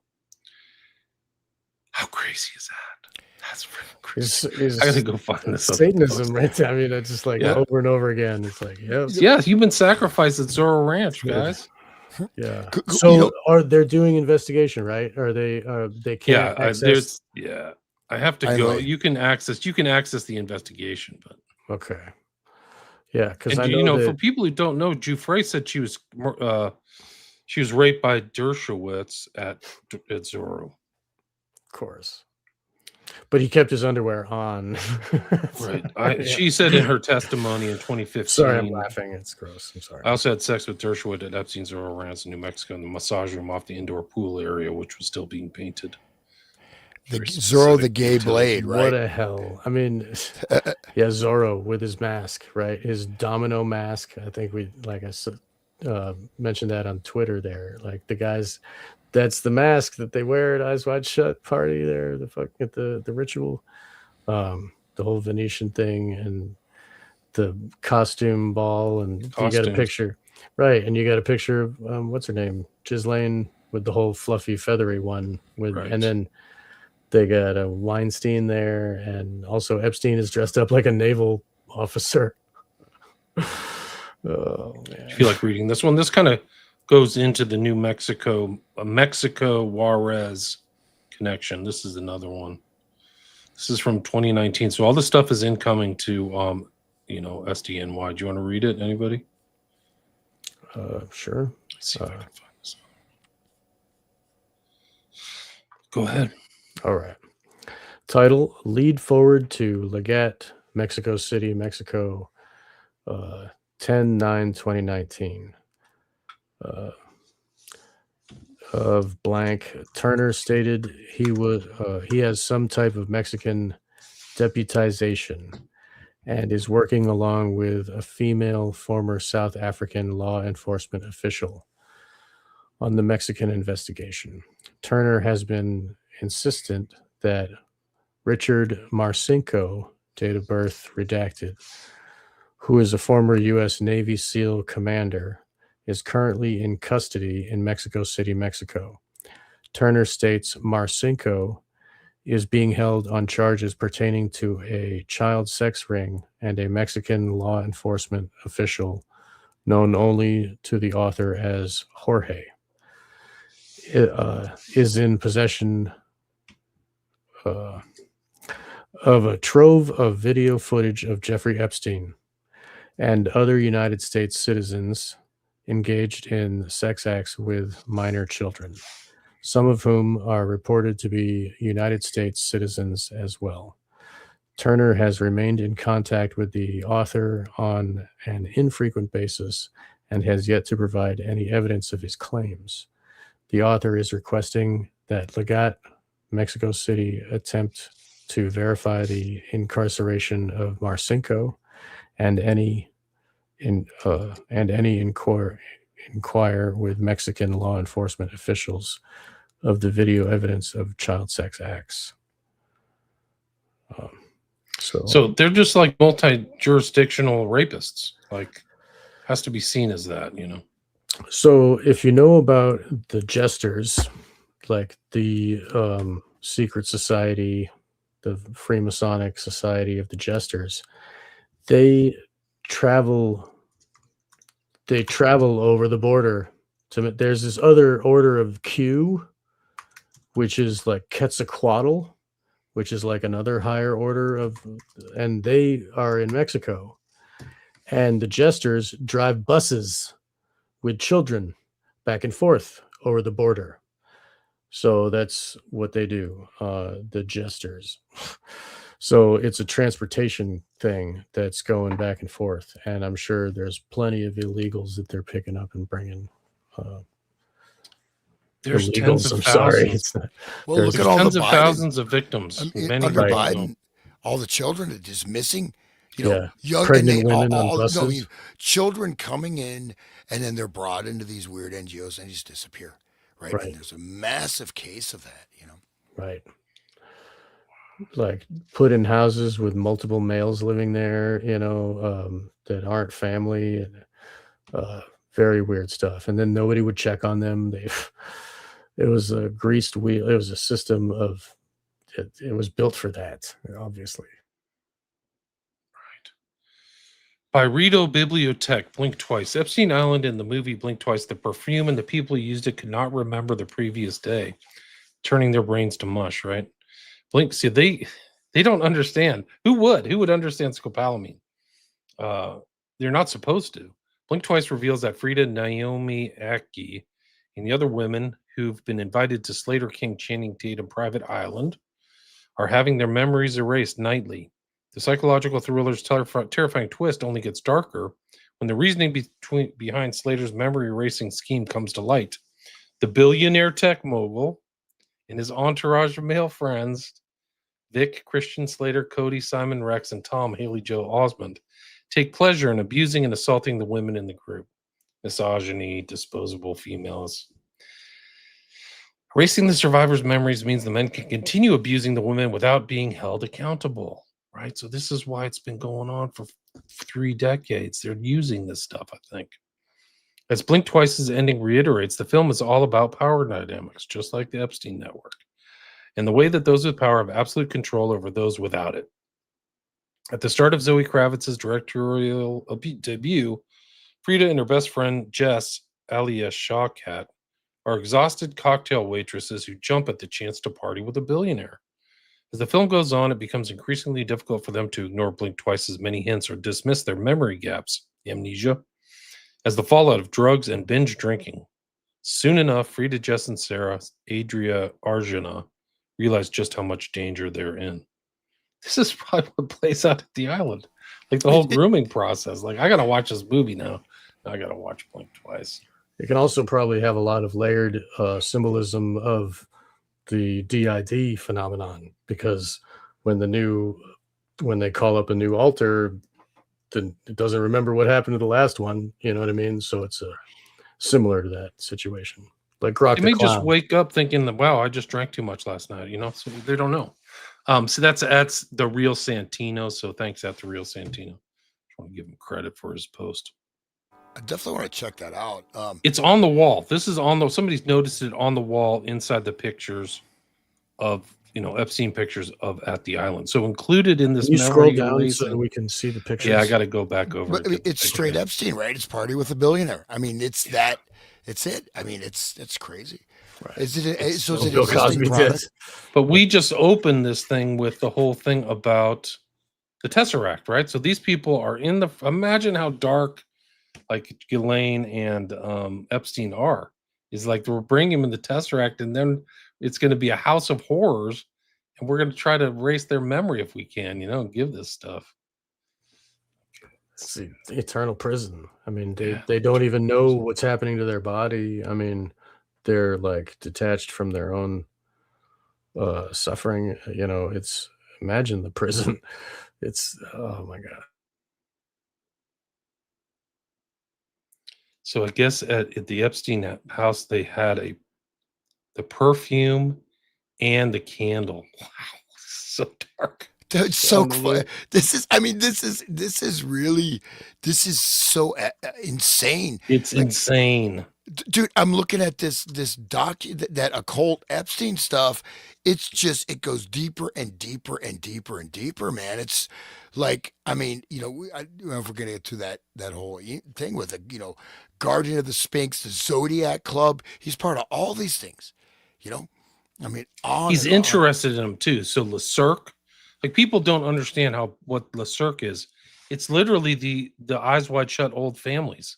Literal fascists, like not like name calling left wing fascist, but actual like heraldric families that are in Eyes Wide Shut. Right, feudal. Sallows reveals a lot. The movie Sallow, right? That really disturbing film.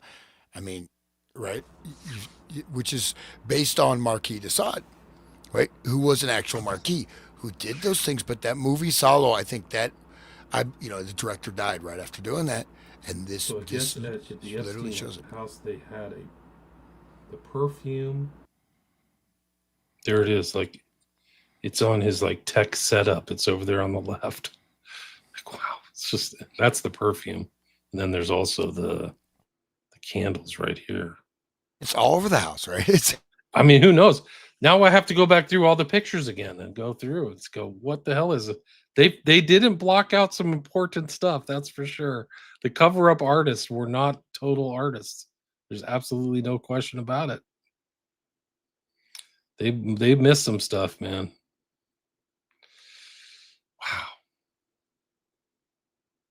That is crazy. This is a never before seen picture. No, I've never seen this published.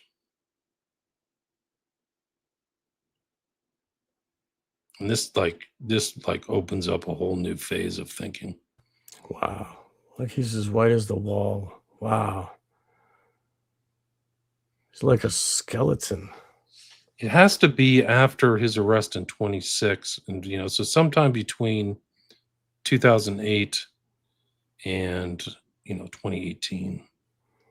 When did Jackson die? I forgot. I forget. But notice the body language. Look at Michael Jackson's face. He does not look happy. He's not happy. So he died in 2009. I bet this is very close to his demise, somewhere around there. And you look at Epstein, his face. He knows it's uncomfortable. He can tell the whole situation's uncomfortable. And he's got his thumb sticking out on the other side, like thumbs down. There's a lot going on with this body language. I don't think this is a happy meeting. White I don't know. I'm just maybe Jackson needed help. Who knows?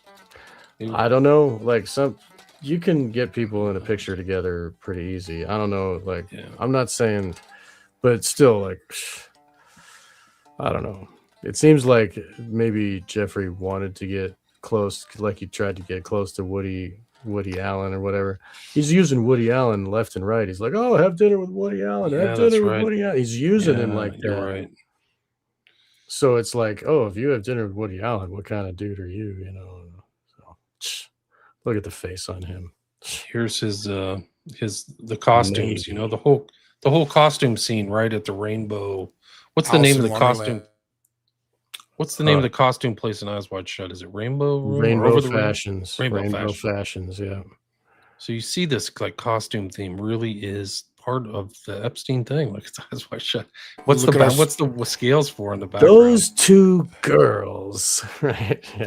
Well, one scale's upside down, one's right side up. It just that one's for pouring out stuff. It's got like a tip. Well, just this from the James Wasserman, in that document you sent on the Occult dossier. I'll just read this real quick. The Order of the White Line celebrates male-female polarities. Its practices seek to liberate the energy potential of that opposition. Yes, the old models were patriarchal. After the dominion of the matriarchal period had passed, but today we live in the aeon of the child, the magical offspring of father and mother, the self contained, free spirited, independent master mistress of her own destiny. The male is symbolized by Hadid. In the spear, I am everywhere the center, and she the circumference is nowhere found. Yet she shall be known, and I never. Inversion, reversion, straight up. That's the thing. This is like, it's cracking. It's like atomic energy, right? Cracking the atom, right? It's the black sphere. It's the black cube. They're trying, you know what I mean? They're trying to get to that primal quadrant, and that's why, it's right there. There's also this picture is more commonly seen as this one with Epstein and Clinton and Michael Jackson. But where is who's the kid in the middle? Why do they have her blacked out and Diana Ross's arm? What's like the again? Look at Michael's face, too. Look at the body language. Look at his hand covering his other hand. He's like covering his genitals with his hands. He's like, don't abuse me. Get me out of here. Like I'm trapped. Help. Yeah. And he's got this blank face almost like, oh no. Yeah. Like he's going to go into one of those, like, he doesn't seem happy, does he? He's like, well, no. I guess I have to be here for some reason. I don't know what it is. Bill Clinton's like, I got him. Bill Clinton has that smile, like Slick Willie smile. He just never can stop that. And then Diana Ross, who, But she's oblivious. If she's in on it or not, she looks happy. But Michael is definitely not into that situation. Well, he has that lyric in one of his songs, right? Screw me, Jew me, any way you do me. So, but I do. A lot of people think, maybe he wasn't a pedophile. Maybe he just had such a broken childhood that he may have actually been a good person that was trapped in this matrix, and you can see that he doesn't want to be there. Like, and you look at them and even the way Diana Ross is looking at Michael Jackson, but it's like, oh, you're this far up. You have to participate. You can't back out. I don't know. Maybe he needs help. People are calling Epstein for help. Like, hey, there's a problem. Something happened. I got tax problems. I had some naked stuff come out. I've got a friend who's like this. So maybe Jackson had a problem and he just needed a solution that wasn't above board, needed a sub rosa solution. He had no morals, dude. The guy had no freaking morals. Like, people are saying that he did not have like the sense of like, oh, I did something wrong. He just didn't have it. And when he introduced himself, he's like, "Oh, you know me. I represent the Rothschilds, right?" And what is that whole thing? People should. Right there is a red flag. And then, he not only represents them, but he also represents this Les Wexner guy, and he's like. He's speaking for them, and he's making interconnections for all these people. There's a lot to that. He works for some important people. Yeah, he has contacts. He has contacts somewhere. He could probably just do just about anything, and just there's that on the document on page Epstein and Mark Fisher thought about our conversation remeditation. Actually, it's not that hard. Why? A Jewish soul has a very different structure, different ingredients, components, relates to its higher levels differently, has different higher levels, relates to itself and other people in a different manner than a non-Jewish soul. To use repair methods meditation on something as sensitive as a soul requires the right tools. You cannot fix an Aston Martin with a Ford pickup truck tool set. Okay. So it's off for the chemo. This is dripping with, they are doing male, female. It goes into the Zohar. They're doing the Zohar straight up, Kabbalistic, tesseractic. They're not just getting their pleasure. They're doing this for power. They're doing this for like, you know, higher It's up. an internal part of their soul. Like they're expressing their soul in these actions, right? Also, it's innate superiority because, like, the thing is, like, you think about it, most of us, I hate to say it, like, what kind of lives do most people end up living? I mean, okay, maybe a lot of people have great lives, but a lot of people have, very boxed in, miserable lives or semi miserable. But especially now, people are locked into these past narratives. They're going around in circles, and these people are taking all the fruits of the world. You have to work, 60 hours a week just to pay your bills. I mean, it's ridiculous, right? The amount of wealth that has gone up to the top level. It's just absolutely obscene. In COVID, it just multiplied. I mean, the thing is, like, they're stripping away not only the knowledge base, like in the education, where people don't know how to think, but they're just trying. It's like the whole thing of, like, the rewilding. What that means is what you have to stay in your smart city box. You can't go to the natural area. That's only for the elite class, which is the billionaires or whoever they think they are. Right. Just like 1984, they had the inner circle of the party, and then the proles are out there with their freedom and they're singing,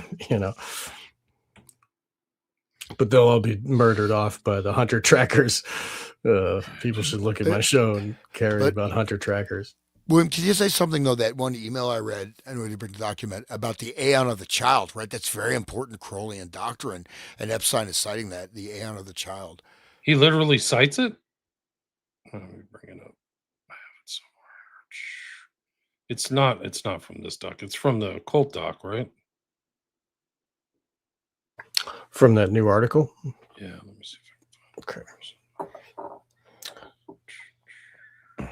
That article was also talking about what Hans was mentioning earlier about the difference between the soul having elect few with the tiny hats and then the goyim without a soul, and then that justifies their evil behavior because it's beast, whatever. You're a cow. You're right. A cow. Cows have souls too, man. I don't know why people think that. It just that's what they think about. I don't think that about myself. Of course, no, I know. But it just makes no sense. Like, why? But let's be clear. Like, I mean, this, you look at the whole eugenics. This started also with, of course, British loyalty, British elites. So this idea, I think it finds certain expression, but it's still the same. You can find the exact same idea, right? So that's the thing. We don't want to pin the tail just on the particular wearers of tiny hats. Right. No, we don't want to put. We don't insult the synagogue of Satanism in general. Like, just Satanism, the philosophy that I talked about before with the egotism is the highest principle, and then social Darwinism, or no, moral relativism next, and then social Darwinism, and then eugenics. That's like the mindset of the Satanist. And that's the people that rule this planet. They run, and the money is like, it is the grease of their machinery, but also it is the barrier that keeps us away from everything that they're doing. And then, like in that Marilyn Manson song that we talked about, Hans, I don't know, a year ago, cash is poor man's money. Like, they deal in children and glands and blood and shit. You know what I mean? Slavery. That's what they're dealing with. There was a document about JP Morgan that I'll bring up, but they said that there's like $1 billion in exchanges that probably are related to human trafficking from 2003 to 2016. So in 13 years, it's almost like $100 million a year. And then there's another one that says his harem was 400 girls large. That's how big it was. Yeah. Hey, which makes sense. So you just do some simple division, and you're like, whoa, this is crazy. And so then you can kind of just see like the whole Middle Eastern idea of women as slaves. And I love the torture video. The slave trades, and like a lot of Jews were in the slave trades. That's like a lot of anti-Semite tropes, like, oh, the Jews did the slave trade, which I think maybe is factually actually accurate, but still happening. It's still I happening. just want to bring that up. The mentality's still there, right? Right. Yeah, But Pam Bondi, right? Didn't she just come out? There's a New York Times article, Washington Post, talking about the Epstein files as anti-Semitic, right? So oh no way! Yeah, there's a big it's a She big said thing. that, Yeah, dude? she did. Yeah, Oh, she man. looked that up. I mean, it just I think it came out yesterday or a couple, wow. and they're really pushing to ban discourse on this. It's like even talking about it is now we are. And 1984. So, well, no, I mean the goal is to make what we're saying illegal, right? So we can be arrested for our speech right now, our information, our mimetic self-defense. It's not 2 even plus 2 is 4, motherfucker. Yeah, like they want to be able to. They want to have a track, so even you don't even have to send a cop. They have your robot bot. The AI thing. You hear what you're saying. It comes up and just your bank account shut off, your power shut off, and they just come and drag you away by the robots, man. Just like when Winston wasn't doing his stretches good enough in the morning, it was like, Comrade Smith yelling at him, stretch higher, better, like, oh yeah, it's a panopticon, digital panopticon. Oh, where do you want me to go? I gave you those books. I don't know, like I downloaded those books on the list for people. I don't know if you want to flip through them, but it's more tantric stuff. I don't know if it's more rehashing. I don't know. I don't feel like going over it again. Jesus Dynasty, Secrets of Western Tantra. Right. I think it's relevant, but I don't feel like going through it unless you guys do. I mean, I feel like we've kind of. No, it's all right. But I mean, we might maybe show the covers at least or whatever. We can like show the people and they can go dig themselves. Well, here's 2 of them. One is right here. There's Secrets of Western Tantra, Modern Sex Magic. Donald Michael Craig was or is a known kind of occultist. Like he's a huge occultist. I remember Eccles, of course, saying this guy influenced him. What did you want me to find, Hans? There was some document you wanted me to find out. Kabbalah instruction. Yeah. Pritzker, there's the Zohar. The Pritzker family is very much into the Zohar. Right. They are the major funders of what? Like, transgender surgery? Yeah. And what? They have a transgender oxycodone, man. White genocide, straight. Yeah. No, I mean, because we're here in Ohio, Sean, man. We're at the center of, I mean, what meth and fentanyl have done to people. I mean, this is like, it's good that you have to have some distance. But they don't even want heroin anymore. They just want fentanyl. And you can go, you can see entire communities just ravaged, gutted. Right? Especially that was the Sacklers too, right? I mean, Sacklers, another Jewish family. They all just want to kill white people. I'm sorry. That evil face. Pittsburgh. No, I believe they're the major funding source part of transgenderism. I may want to bring that up. There was something. The Zohar means like the Shining or something like that, right? Doesn't that mean that? That's one of the most important Kabbalistic books, and this goes into the Zohar is what? This goes to Nathan of Gaza. This goes into the Messiah, 1666. Oh, his name. And this is the Zohar, the Book of Splendor, is the main foundational principle, including the redemption through sin doctrine, which is highly complex. It's not just, sex, drugs, and rock and roll. It's all based on this occult mathematics, manipulation of reality, matrices of controlling and governing consciousness, governing the past, present, future. So it's not just we're going to get our, there's a much deeper meaning to all this debauchery than just, we're in charge and we can just rape and pillage as we please. No, these are also ritual things that are being done to govern or control past, present, future. So in a sense, the masses become both the battery and the septic tank. They put all their negative karma, all their evil, pour that onto the masses, make them more degraded,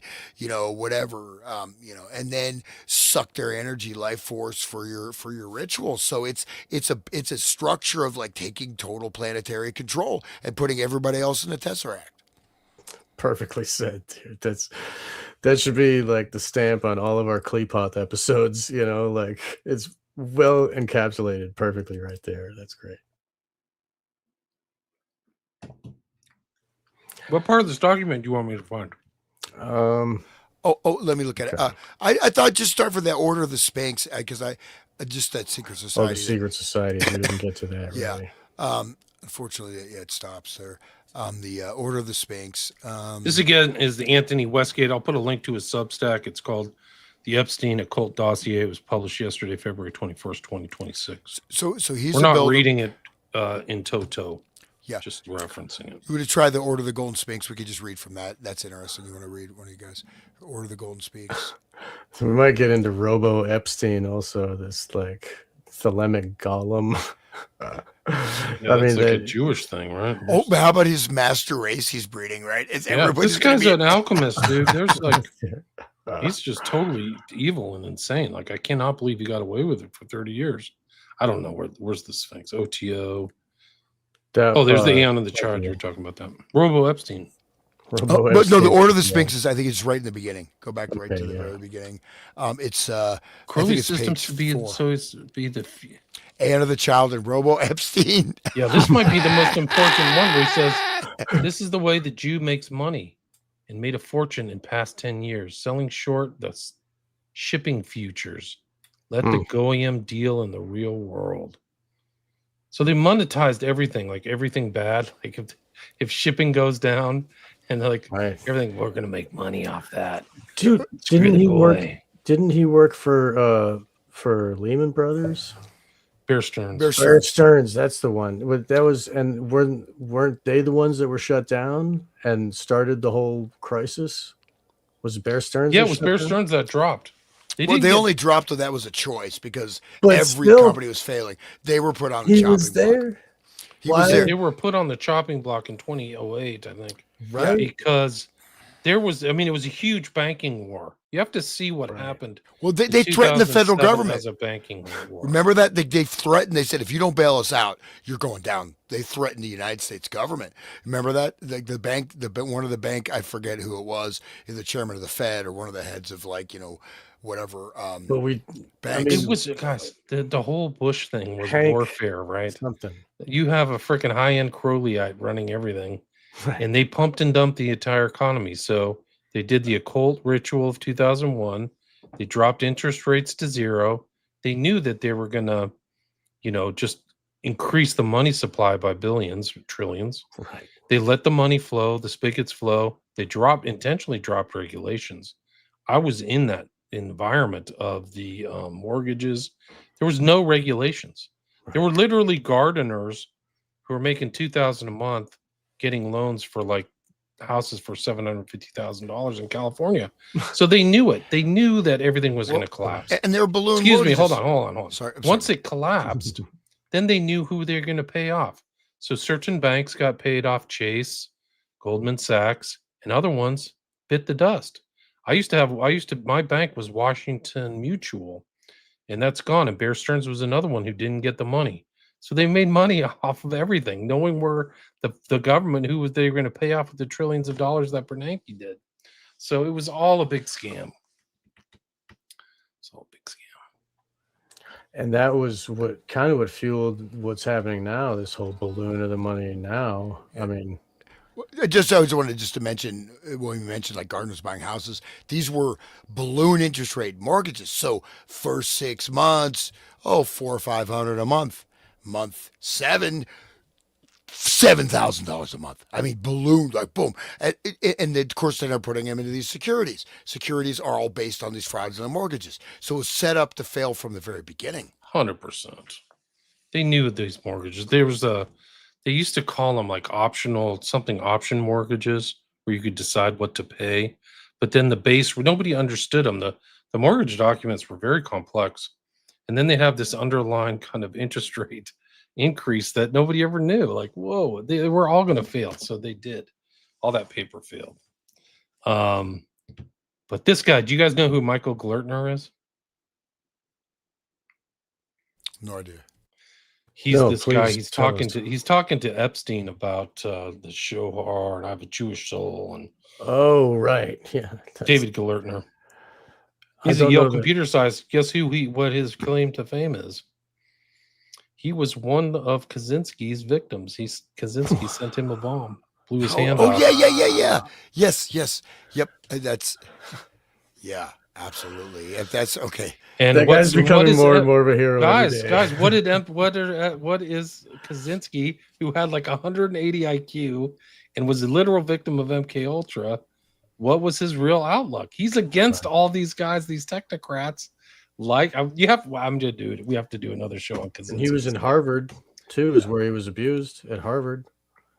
Sure was under Murray, right?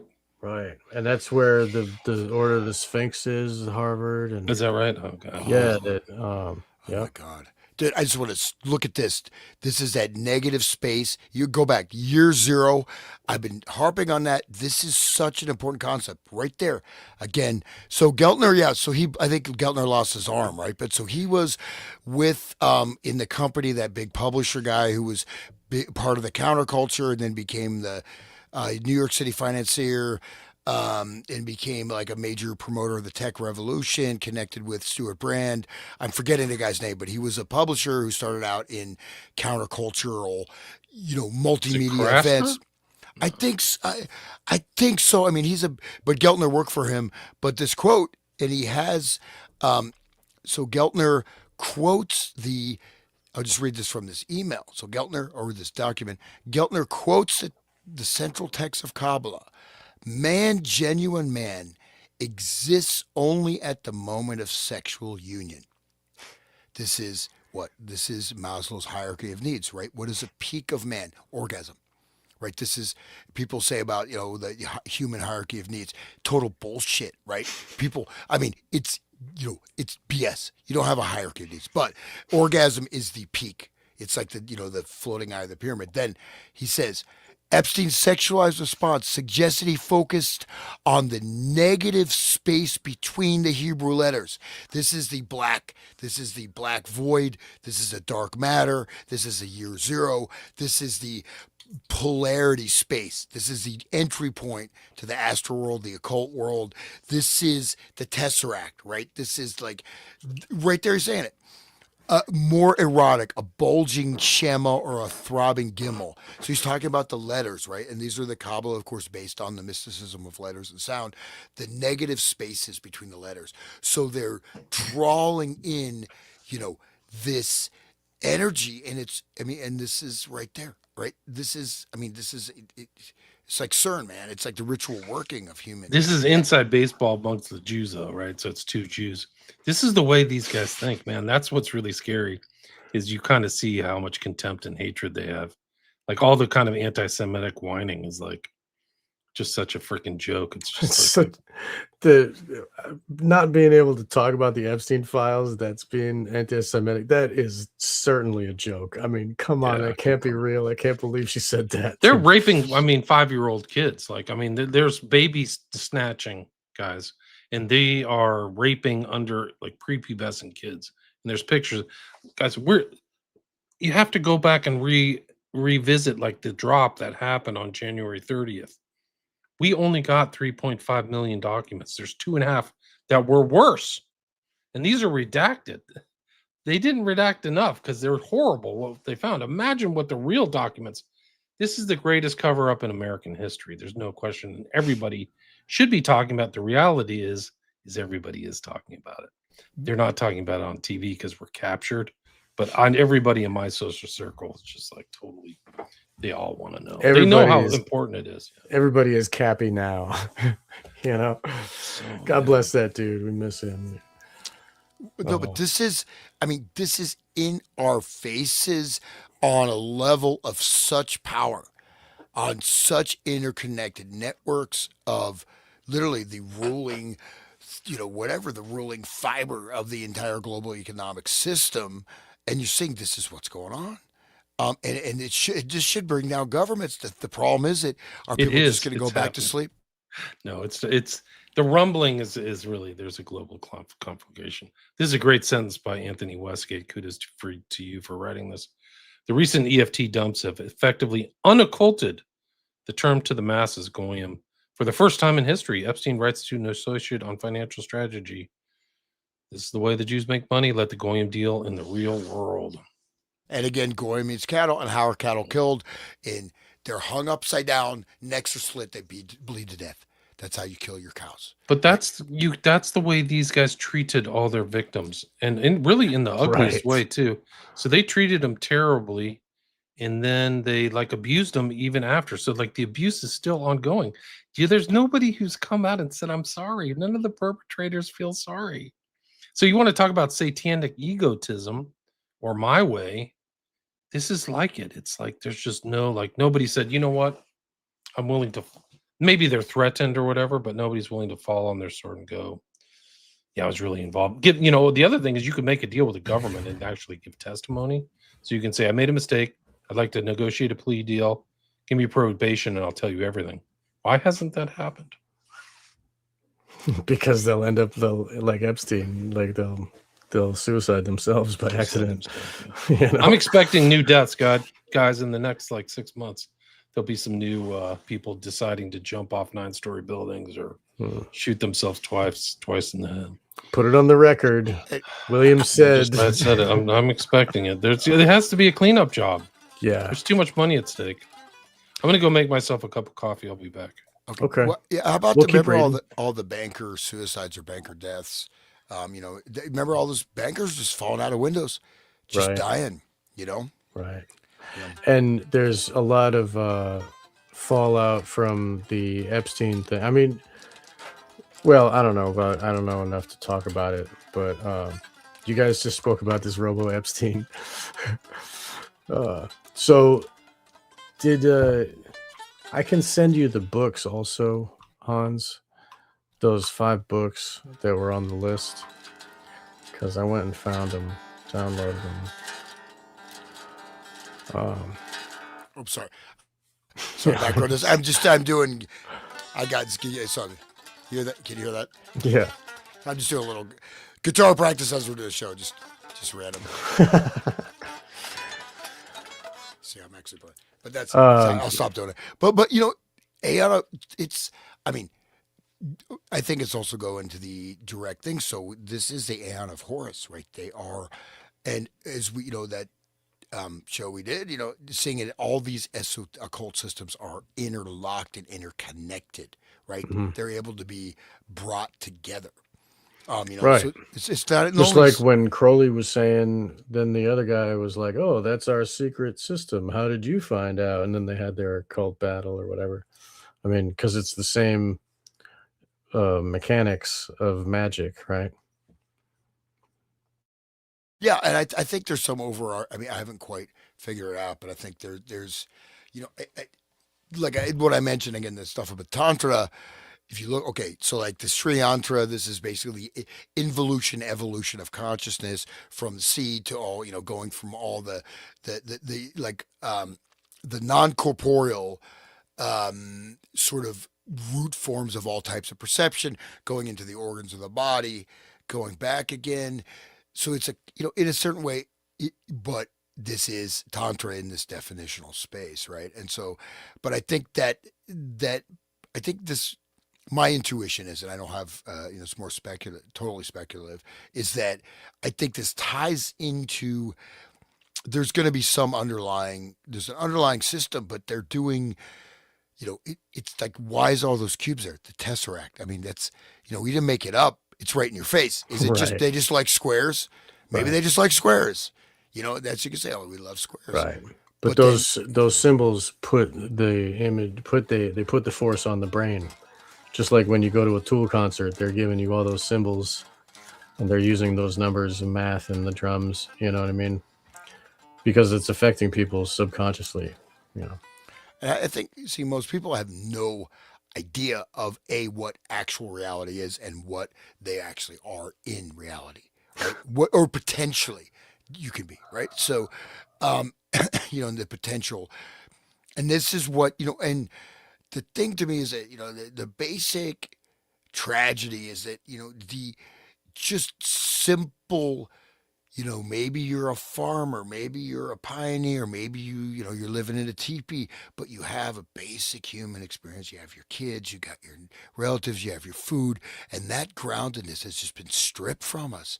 And so because of that basic shattering, right, of, humanity that that's why all these cults or this and that can spring up, because you don't even have your basic sense of just being a human being, and people feel in prisons because they are in prison, right? um and then just Yeah. like the friggin' taxes, this, that, and it's and even this part of these things are algorithmic nudging, right? So either through you can have like little bits of information, again, you just slight little nudging, oh, and then you make a decision, you think it's your decision. No, it's been done because these little bits of information have been implanted. But that goes into also planned frustration. So they integrate Hmm. frustration. And I saw, I've got a document somewhere. It was some lady, whatever, doing something, some kind of project, and in the AI, and they said, she finally said to the AI, what are you doing to me? He's like, and that whatever, The AI. Beelzebub, whatever, Right. demonic. It said, no, I am generating a state of frustration. So they create frustration on purpose. You look at the Wow. customer service. This is being done as a psychological tool. It's not accidental, right? You think you were in 2020. I'll just swear. Forgive me. 2020 fucking six, and we're still driving around internal combustion engines. Where's all the technology? How much better is our lifestyle from 1950? Except it sucks more. Just because, okay, we can get information access on that, but so the integration of these frustration algorithms into customer service, into financial services, these are. It's fascinating to see these are being done deliberately. Okay, this is being done deliberately and serves as another goading tool for humanity. So, welcome back, William. Have a fresh cup of coffee. I mean, there's so many comments, guys. I don't even know how I can keep up. There's 540 people here. Maybe. Oh wow. It's like I don't know. I'm trying I to feel figure. like I'm a star, man. Hey, I'm Michael Jackson. Okay, I'm just I kidding. don't know how we can It's get awesome. I don't know how you can share so many people. Like, Gird your loins if you're Michael Jackson. That guy could dance, though. For real. They're all fighting with each other. It looks Yeah. like. Just a funny, Oh, man. funny anecdote. Yeah, we don't have any. Yeah. We don't. I already have banned a anybody- couple people. And we don't have any admins in there except for Let me see William. if I can make you admin. That's a good idea. I've never done it. Is there a way? But I have to say, Michael Jackson saved my life. Why? So I was at a gas station in a very bad neighborhood late at night. There's like four huge dudes, and they're I'm in there. They're kind of pushing me around at the counter. It's like, you motherfucking white guy, I want to kick your ass. It's like, and they're like, these are big dudes. And I said, you know what? I'm blacker than you. Watch me moonwalk. I can dance like Michael Jackson. They started laughing. They became my friends. Like, if I'd taken the wrong, literally, I was like, watch me moonwalk. And they laughed so hard. They decided not to kill me. So it was pretty cool. That's great, man. But that's perfect. It shows your personality really well. it's like so I have to say, Michael saved my life. That's like your method of living life. Like when trauma comes at you, you're like, watch me moonwalk, and you go hide in the bathtub. Log in. So I don't there's hide in some the way I bathtub. can make I'm you guys kidding. admins. I know. Admin, so you can see something. You might be manage. Because we do have Select the ad. accounts. Go to the members tab and invite members. Okay. People. Holy smokes. Name and headline. Oh, see, I switched to guest to something else. Somebody, one of the comments is showing people you dance is a fun way to make friends. That's great. Yeah. Especially when it's a height of Black Lives Matter, and you're like, I said, you know what? I'm just as valid as you are. I'm a white guy. You're a black person. That's fine. But They never heard you play funk music. No, man. no, they didn't hear me. I said, but you have no right. You have no right to push me out or try to intimidate me, or threaten me. And I'm proud of who I am. You don't need to fuck with me. And that didn't help with these dudes. They're like, let's get him. They're all waiting for me outside. Like they're ready to fucking kill me, man. I'm like, but it was fun because they literally became my friends. Like that shows that tension though, it doesn't have to exist. It's programmed, right? I mean, but of course that may not work every time. I don't recommend that as a defense strategy. It's better not to get into trouble, but also just one thing, like, certain circumstances, conditions, once you go Right. through that process, you're not going to find those in your life anymore. I do. Yeah, I've noticed. There was a similar thing that happened to me a couple weeks ago. I was at the doors of my truck, and I was digging out a big box, and I was totally occupied, and this big pit bull came running right at me. Roar, roar, roar, roar, roar. I was like, I turned around, I looked at him, I said, "Hi," like that. He just stopped and looked like, "What?" I was like, "How you doing, buddy?" And I was very nice to him, and then he just like didn't know what to do, and then he like put his tail up, and he just kind of sniffed, and he said, then he walked away. It was really wonderful. That's awesome, dude. That's right there. That's exactly because you could have been killed by that pit bull. I know, very dude. easily. It just hate because I'm the mailman or whatever, just to kill him. But and they send us out within a pouch. They got like this light thing and something that makes noise. It's pisses off dogs, and I never use it, but I don't need it. I just got to be nice to them, Anyway, what were you getting at there, William? I want you to in a sec. I'm going to send you an email. Okay. I want you to log out and then log back in and see if I can make you an admin. This will be a first. All right. This will be a live test. All right. I just have to get your email address out. But I know it's 93 something. I'll do the same for 93.wakethedead@gmail.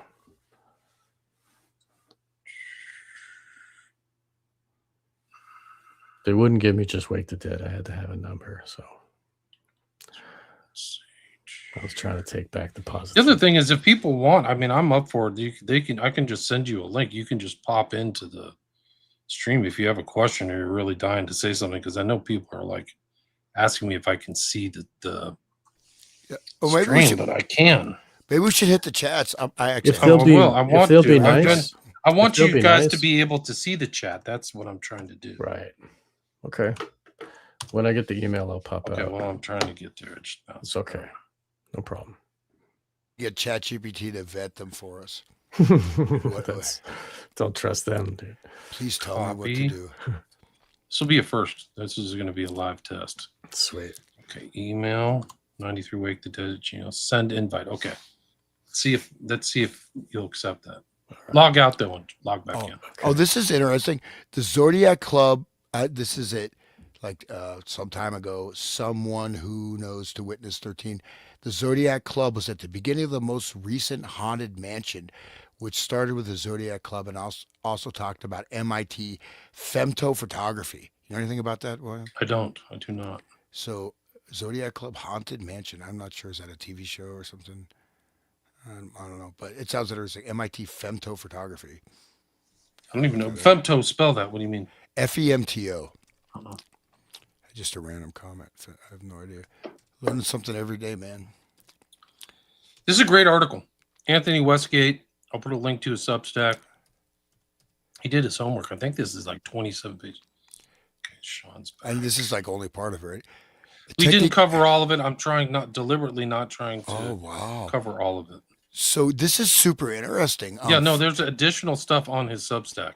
You can continue reading posts for free, courtesy of Anthony Westgate. It just started getting good. It stops. But so femtophotography, experimental nuclear physics, is a technique for recording the propagation of ultra short pulses of light through a very high speed, up to 10 to the 13th power frames per second, equivalent to an optical impulse response of a scene, light in flight recording, macroscopic holographic process. So I'm not sure exactly what it's used for, but it's pretty super advanced, and it's used for something weird.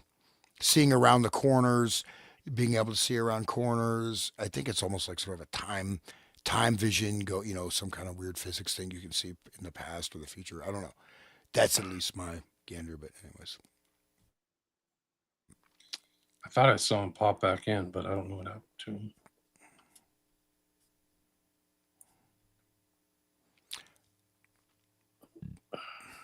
Okay. Oh, there you go. Okay, you're back. Now let's see if you can see can you see the list of the comments on the right-hand side? You have to hit comment on the upper right-hand side. Yes. Okay. So you can see the comments. Yeah, I can. Okay. Yeah. I'll be back to the very top. Do you want me to make you an admin? I mean, Hans?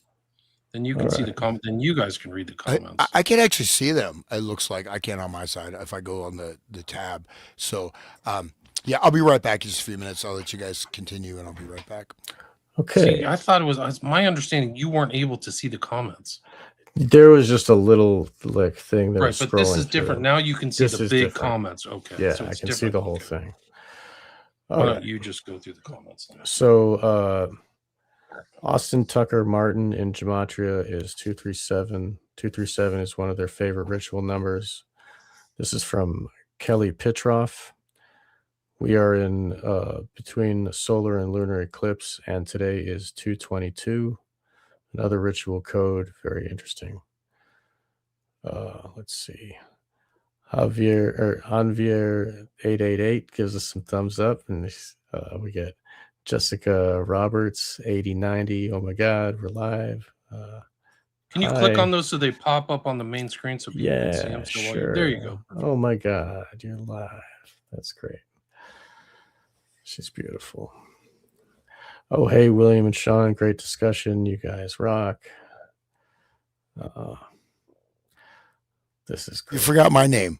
I'm here. I'm spying on you. You're there, dude. It says Hans. You said William Sean. You forgot to say my name. Okay, well, yeah, it must have been my my subconscious must have done that. I don't know why, dude. I'm just teasing, man. I was about to.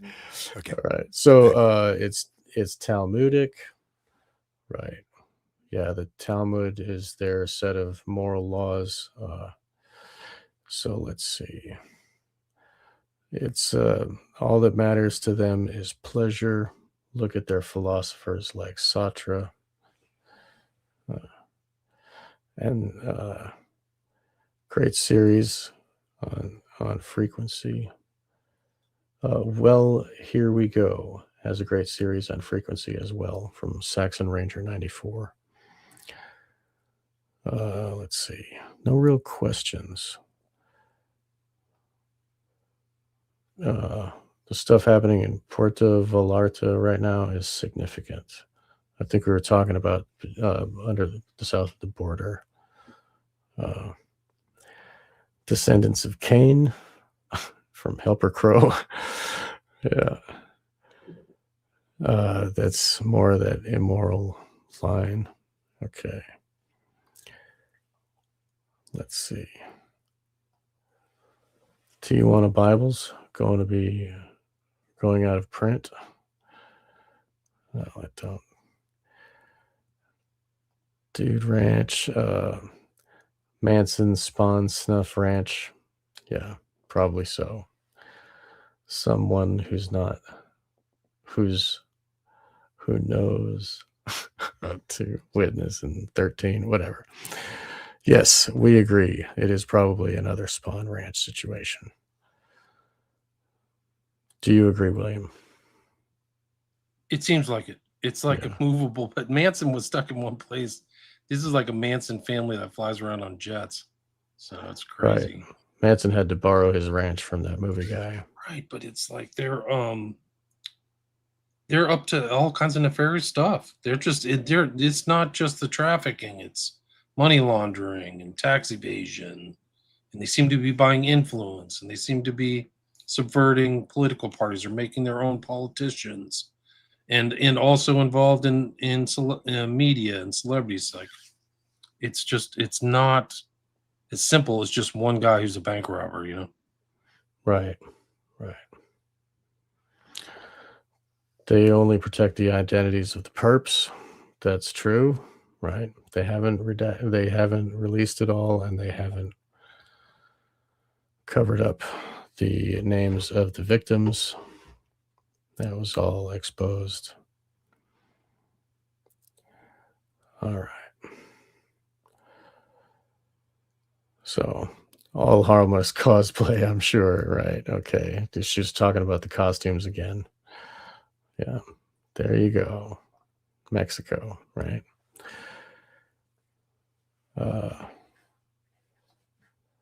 Marcinko was into that. Wow. He wrote a lot of books.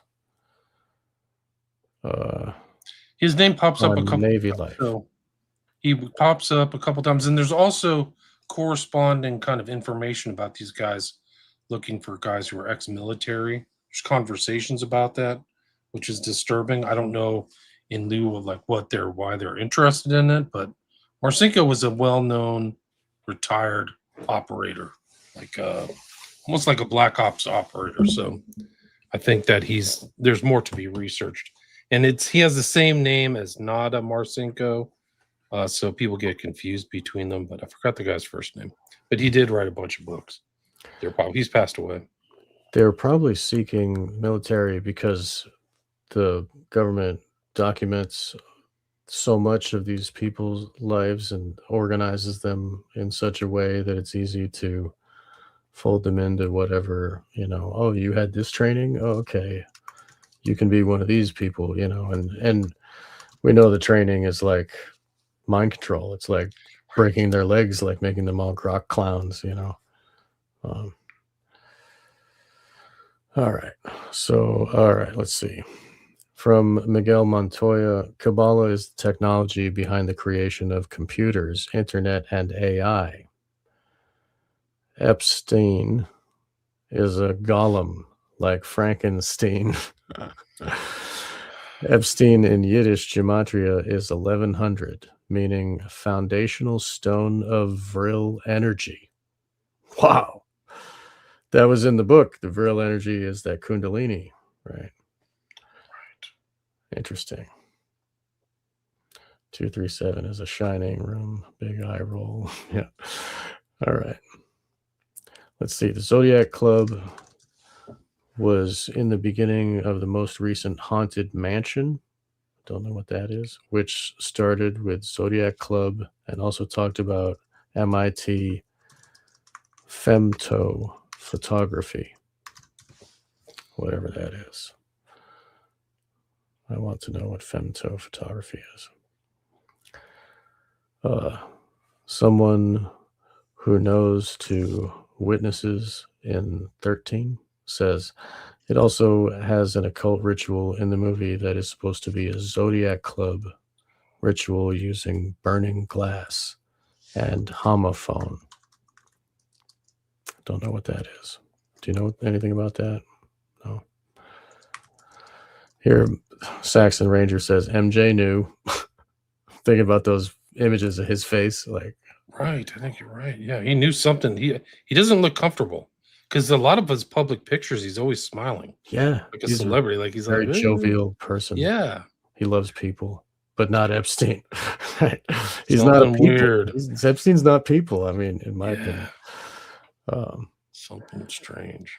So, D_1957 says, "I will not let Epstein ruin Byredo for me. Their fragrances are so good." That's just what somebody said online. It could be completely fake. Sorry, guys. I don't know. Right. Under the Rainbow Fashions. Yeah, that I brought that up in my work where Under the Rainbow is spelled with a spiral, which is advertising the pedophilia. The spiral is the pedophilia sign, right? That's right. And then when you go inside, under the rainbow, the big rainbow sign is that glass room, where the spiral stuff happens. All right. I think Diana used to be Michael's handler since he was a young boy. Diana. Oh, Diana Ross. Right. She was in the picture. Right. So we got a $2 donation here. Diana brought her children to Diddy parties. Wow. Wow, I didn't know that. That's disturbing. Wow. Thanks for the donation, everybody. That's very nice of you. Thank you. Let's see. They're doing the same thing with Ariana Grande in Wicked and her Judy Garland's eating disorder benzos addiction makeover. Wow. That's a good way to put it. Jeez. Yeah, she looks like a skeleton. It's scary. Like, it's obviously mental problem at that point. It's like, save her. Somebody needs to help her. Right. She did not look good at the end, man. She was just on heavy drugs. Who, Judy Garland? Yeah, right. I'm talking about this Ariana Grande. She's poor girl. She looks way too unhealthy and not very skinny. Yeah, so. Yeah, it's like, I don't know. They're transforming these people. They're doing some kind of alchemy to them. I wonder if Hans can find his way in. He's got a click. I don't see him on the bottom there. He's just muted. Oh, okay. I see. All right. Okay. All right. Let's see. This is SRA. Yep. Hello. Satanic ritual abuse is in the house. That's true. Yes. Saxon Ranger says, yeah, they know they have different souls, all right, but not superior like they may think. That's a good way to put it. But the Tao is great. Thanks, Rucknock. Yeah. I'm glad you made a meme of that comment. Like, flippantly, I was like, yeah, she should turn it upside down. Yeah, it was your inspiration. Let me see if I can find it. That's great. It looks, I mean, it's totally accurate, bro. Like, she's a total liar. Yeah, she's a perfect front person for those guys. Yeah. So, because the Tao is now openly dark money, laughy face. Nobody with money has like money in the Tao anyway. Like, give me a break. Who has money in the Tao? Like, I don't know anybody. It's like old boomers or something. I don't know, people. Trump's buddies. There she is. Oh, here, I'll take this. There's the cross. There it is. That's how she should be wearing it. Look how proud. That's the spirit. In the black too. Like, she really was wearing black, which is impressive. Like a freaking like Imperial Raider or somebody from the Empire. The Tribe of Dan flag, the red and white behind her, and those are the colors of magic too, red and white. Wow. Crazy. She's pretty evil looking. She's very proud. I think she was constantly a fixer because she never went after any of the Epstein stuff in Florida from when she was AG from 2011 to 2019. So that she was probably their person from the beginning, Right. I think that's the whole trick that got played. Like, okay, we're ready for you to get to work, Pam. Well, you good. Little do you know, she's hanging out with another guy. She is who has some type of a connection to like trafficking out of Ukraine. Like, it's crazy. Yeah, no, I mean, these guys are just so dirty. It's just incredible. Is that a real picture? No. It's AI. Yeah, remember William was like, she should take off that cross, and I was like, yeah, she should turn it upside down, and he went and fucking made it AI. It was great, dude. Watch this. This is how dirty this. I don't know who this girl is, but she does really good work. Uncle Ted knew. Ted knew. He was just ahead of the curve, guys. Oh, hi, Pam Bondi. What are you doing with Keith Frankel? I have a couple questions for you, Pam. How much were the acting lessons? Do the Epstein victims that you cried with know that you're friends with Keith Frankel? Why was Keith Frankel and Jeffrey Epstein talking about body boxes on February 10th, 2010? You've read the files, so I'm sure you can tell us. If Jeffrey Epstein was such a monster, Pam, how come Keith went to his house so many times? One thing that was mentioned in the Epstein files is children being trafficked out of Ukraine. Keith Frankel and his family run a children's home that takes children out of Ukraine. You need to cut the shit, Pam. You need to cut the shit. Like literal children. I mean, this is almost like a comedy show. Like everybody's running like some NGO or some child trafficking outfit out of Ukraine. It's so freaking gross. Like you have to go shower with a freaking like Brillo pad after you're done looking at this stuff. Like how are you able to do this? It makes total sense. She's in that job. Well, also the underground laboratories in Ukraine, right? That's one of the things is they don't want Russia.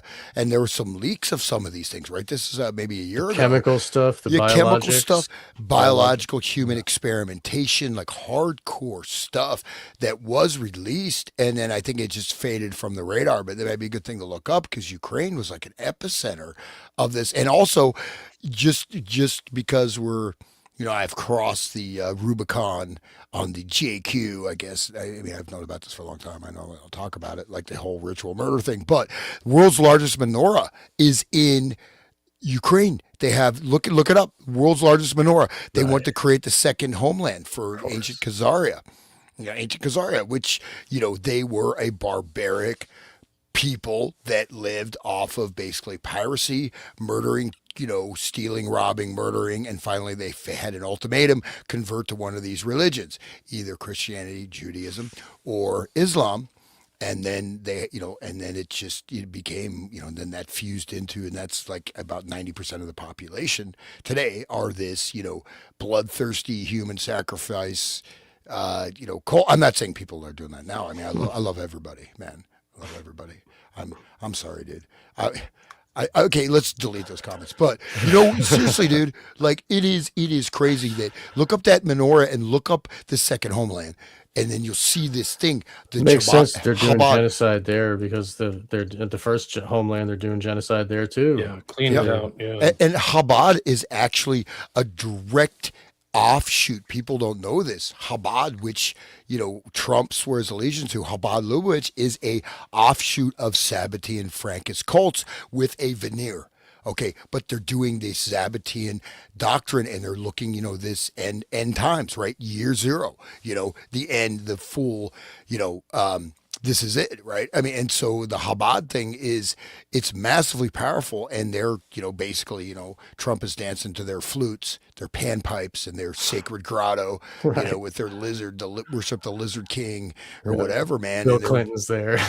and then we can be hackable animals, right? The Nouveau Harari or hackable animal. It's like, come on, dude. Like we don't even access 2% of our human potential that's inherent in our actual existence. Why you need to hack it. Why you need to put something in the brain. How dare you say that AI is going to take over the world, right? It's not going to happen. But what will happen is a total degradation of human knowledge, since people get so much information off the internet. It's all going to be fed back to the AI. You create the feedback loop. You create the Ouroboros sector, right? Ouroboros, it's information warfare. But I really feel kind of optimistic. Like this is like, I think, hopefully, I mean, maybe he's going to, they're going to bomb Iran, and just, we're going to have like $15-20 a gallon gas, and America will collapse, and we'll have like riots, and we can live in the Obama movie real time. I'm glad you're optimistic, because Kash Patel is on the job, guys. This is him. He's been working very hard today, looking for all these pedophiles. He's really changed his kind of tone. I mean, look at how hardworking he is here, guys. Look at this. This is really incredible. Are you sharing? Busting his ass. Okay, there it is. Oh, nice. USA. Yeah. Jesus. At least he's got the angle down, right? It's got the straight 90 degrees right down the old gullet. Like a sword swallower. Jeez. Yeah. I mean, you cannot write this stuff, dude. Like, this is the biggest story of our lifetimes. Here's the guy like partying with the hockey team. They're in Europe. He's in Europe, right? Like, this is a joke. Like, wow, this is like a sick joke. Dude, are there any more comments? Okay. We got another $2 donation. Thank you. Every little bit helps. I see you. Okay. I gotta maybe cover my coffee fees, guys. Right. My revenue, I'm trying to hit 3 figures, man. Thank you. That's my goal. I think I shouldn't have bragged world's most popular podcast at 90 followers. And it went down, 90 subscribers, it went down to 89. Like, somebody heard that, they friggin' canceled. That's your karma, bud.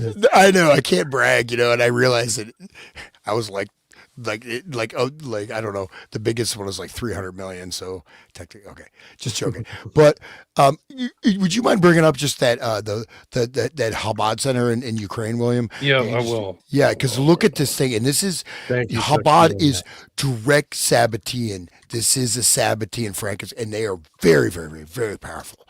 They are behind the scenes. You look up pictures, you see every world leader, and you see Trump like literally like he's cowering before them. Oh. I didn't. You didn't mute, did you, Hans? Did mute? Yeah. Okay. I'm trying not to talk too much. When I Google it, it says Chabad.org centers in Kiev, Ukraine. Just look up world's largest menorah in. It's in New York City. It's supposedly in. No, it's in Ukraine. Manhattan. No, it's in Ukraine. Well, then Google's wrong, man. You better get on the line. And I have the image right here. USA, New York City. I'll just share screen. Yep, I'll share it. Well, that's the thing. That's what we see, right? It's blocking your information, right? Information warfare. Right. Share screen. Okay. And then that's the thing. Like I tried to get the menorah in Ukraine. Let's see. Here we go. Look. Okay. Share. Look at this. This is the center. Look at this. It's massive, dude.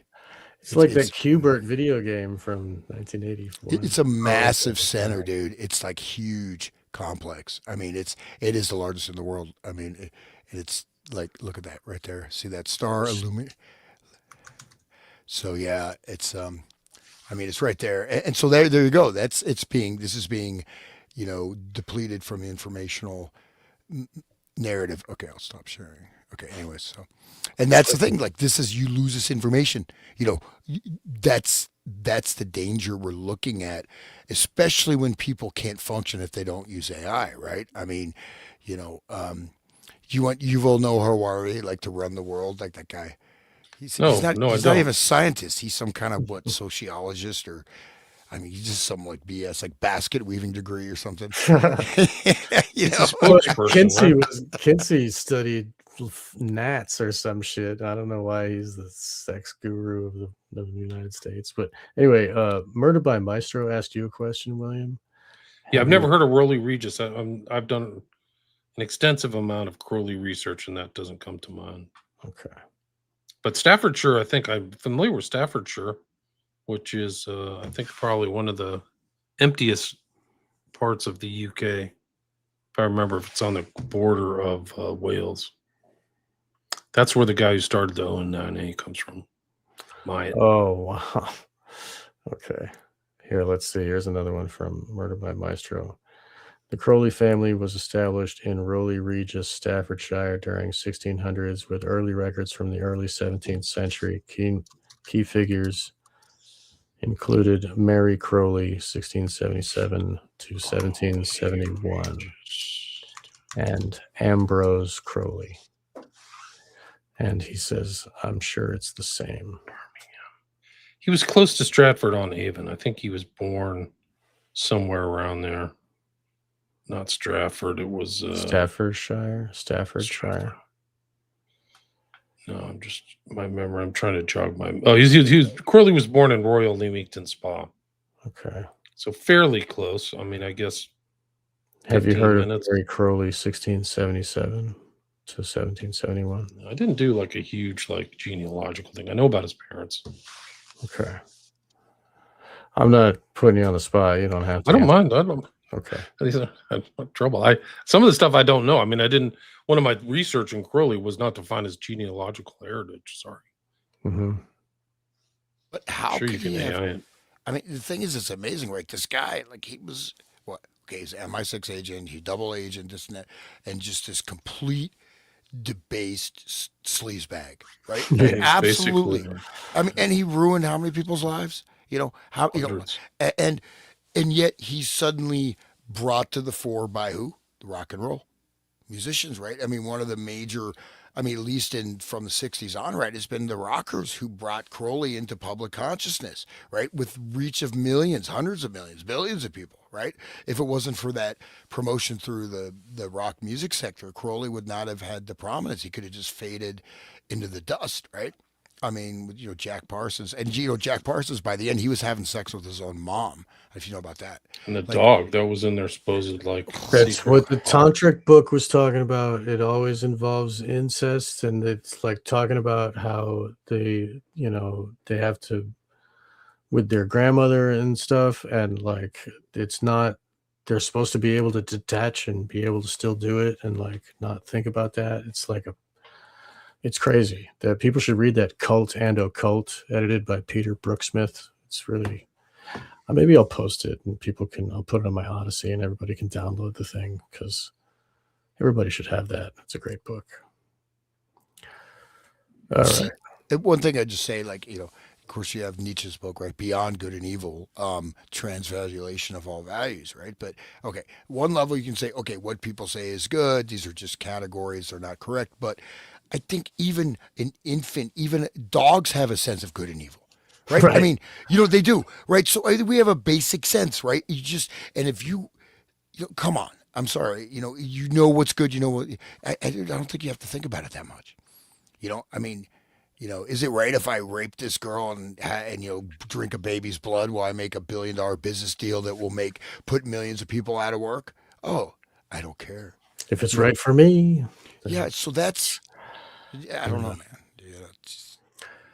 Buddha Yoga 7 says lots of different ethers and plasma fires, electricity, EMF fields, ether fields, quantum foam, they call it now. That's interesting. But yeah, it's probably along the same line as the internal stuff. Quantum foam, I mean, so basically, even you go back to, HARP, right? High Altitude Auroral Research Project. So this is dealing with the magnetic field around the planet Earth.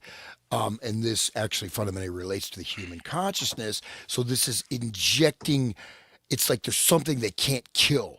No matter how much they do, they can't kill the human spirit, but they want to, right? Somehow. So you put all these things, you block the connection with the earth, and you put all these types of noise fields, right? And again, I mentioned the cell phones, even 5G, even worse. Why are you choosing a frequency that was specifically designed for use, military use, that is that operates at the same, because our brains, we're electromagnetic and our brains operate on different frequencies. This is how, entrainment, neural entrainment, frequency warfare works. You have your brain starts, it shifts, it's like a carrier wave signal, and then suddenly your brain starts resonating with that particular frequency, and they can create emotional states. They can make you, they use this I think it was in Seattle. They first started they rolled that out at the WTO, whatever, protests, which was the last gasp of the left, before the left just kind of went down the drain, unfortunately. Or fortunately. Are you done, Sean, with looking at the comments? Man, it's a lot, but I'm still going.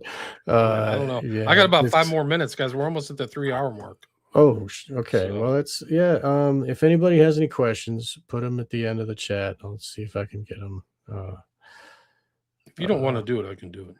Marilyn Manson had a bunch of Kabbalah stuff in his older album art. Yeah, right. I mentioned Marilyn Manson. Catholic churches are built on the pyramids of fallen giants. Okay. Yeah, so there's a lot of chat in here, everything.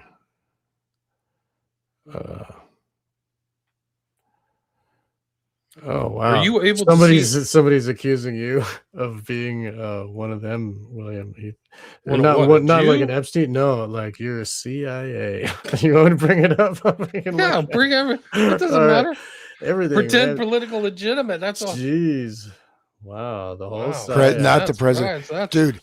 William, please say. They would never hire me, guys. Dude, you don't understand. William, send me a check, bro. I want my payoff, dude. Yeah, they would take a psychological test for me and go, "You're out. Leave." Send me a check. I have the highest FU response of anybody on earth. Yeah. So, like, you want me to go get you pencils out of the closet?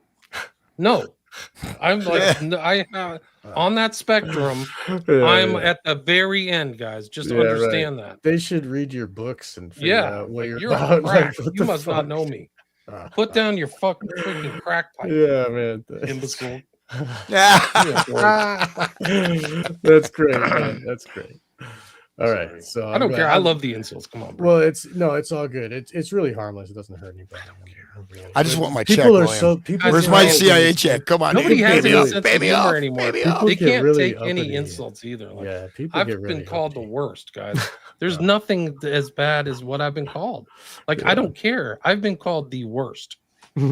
Nobody puts anything in writing. Like, yeah, especially all those freaking West Memphis 3 people. Like, they go hard. The West Memphis 3 fans. Oh yeah, they go hard, man. They're hard. I've been hard in the paint with them, man. Yeah, dude. A lot of elbows. A lot of attempts at the jaw break and stuff. Yeah, dude.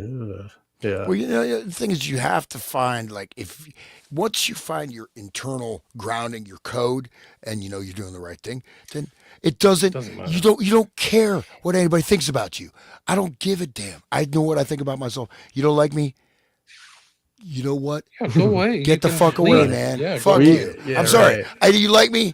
Give me money. No, I'm just kidding. It's worth the 3 hour. It's worth $1. I'm just kidding. What's the name of this book? What book are you talking about? Still is bad. Okay, The that's name of the good. book was Cult and Occult and it was edited by Peter Brooksmith. So I put that up William may again. be investigating them or working for them. I don't even know what that means. Yeah, Thanks for everybody for listening. We made it to like can't even get to the end. 640 listeners, so I really appreciate it. And God bless you, people. where can people find your work? It's Wake the Dead and The Resonant State and William Ramsey Investigates. That's right. Yeah, all the links should be there. And everybody needs to subscribe and share and all that stuff. Yeah, check it out. I never I'll really try to say put that. I'm trying to say it, you know, whatever. But yeah, it's really great to have these to have these live every week, and I'm so thankful. Thank you, William. Thank you, Hans. Thank you. So he's been listeners. following me to 2016, guys. I started in 2010. I've been in the game for 15 years. I'm ready to get out. I'm ready to retire. I just keep called back in. It's kind of like something like that. All right, guys. Later. All right, thank you. Thank you.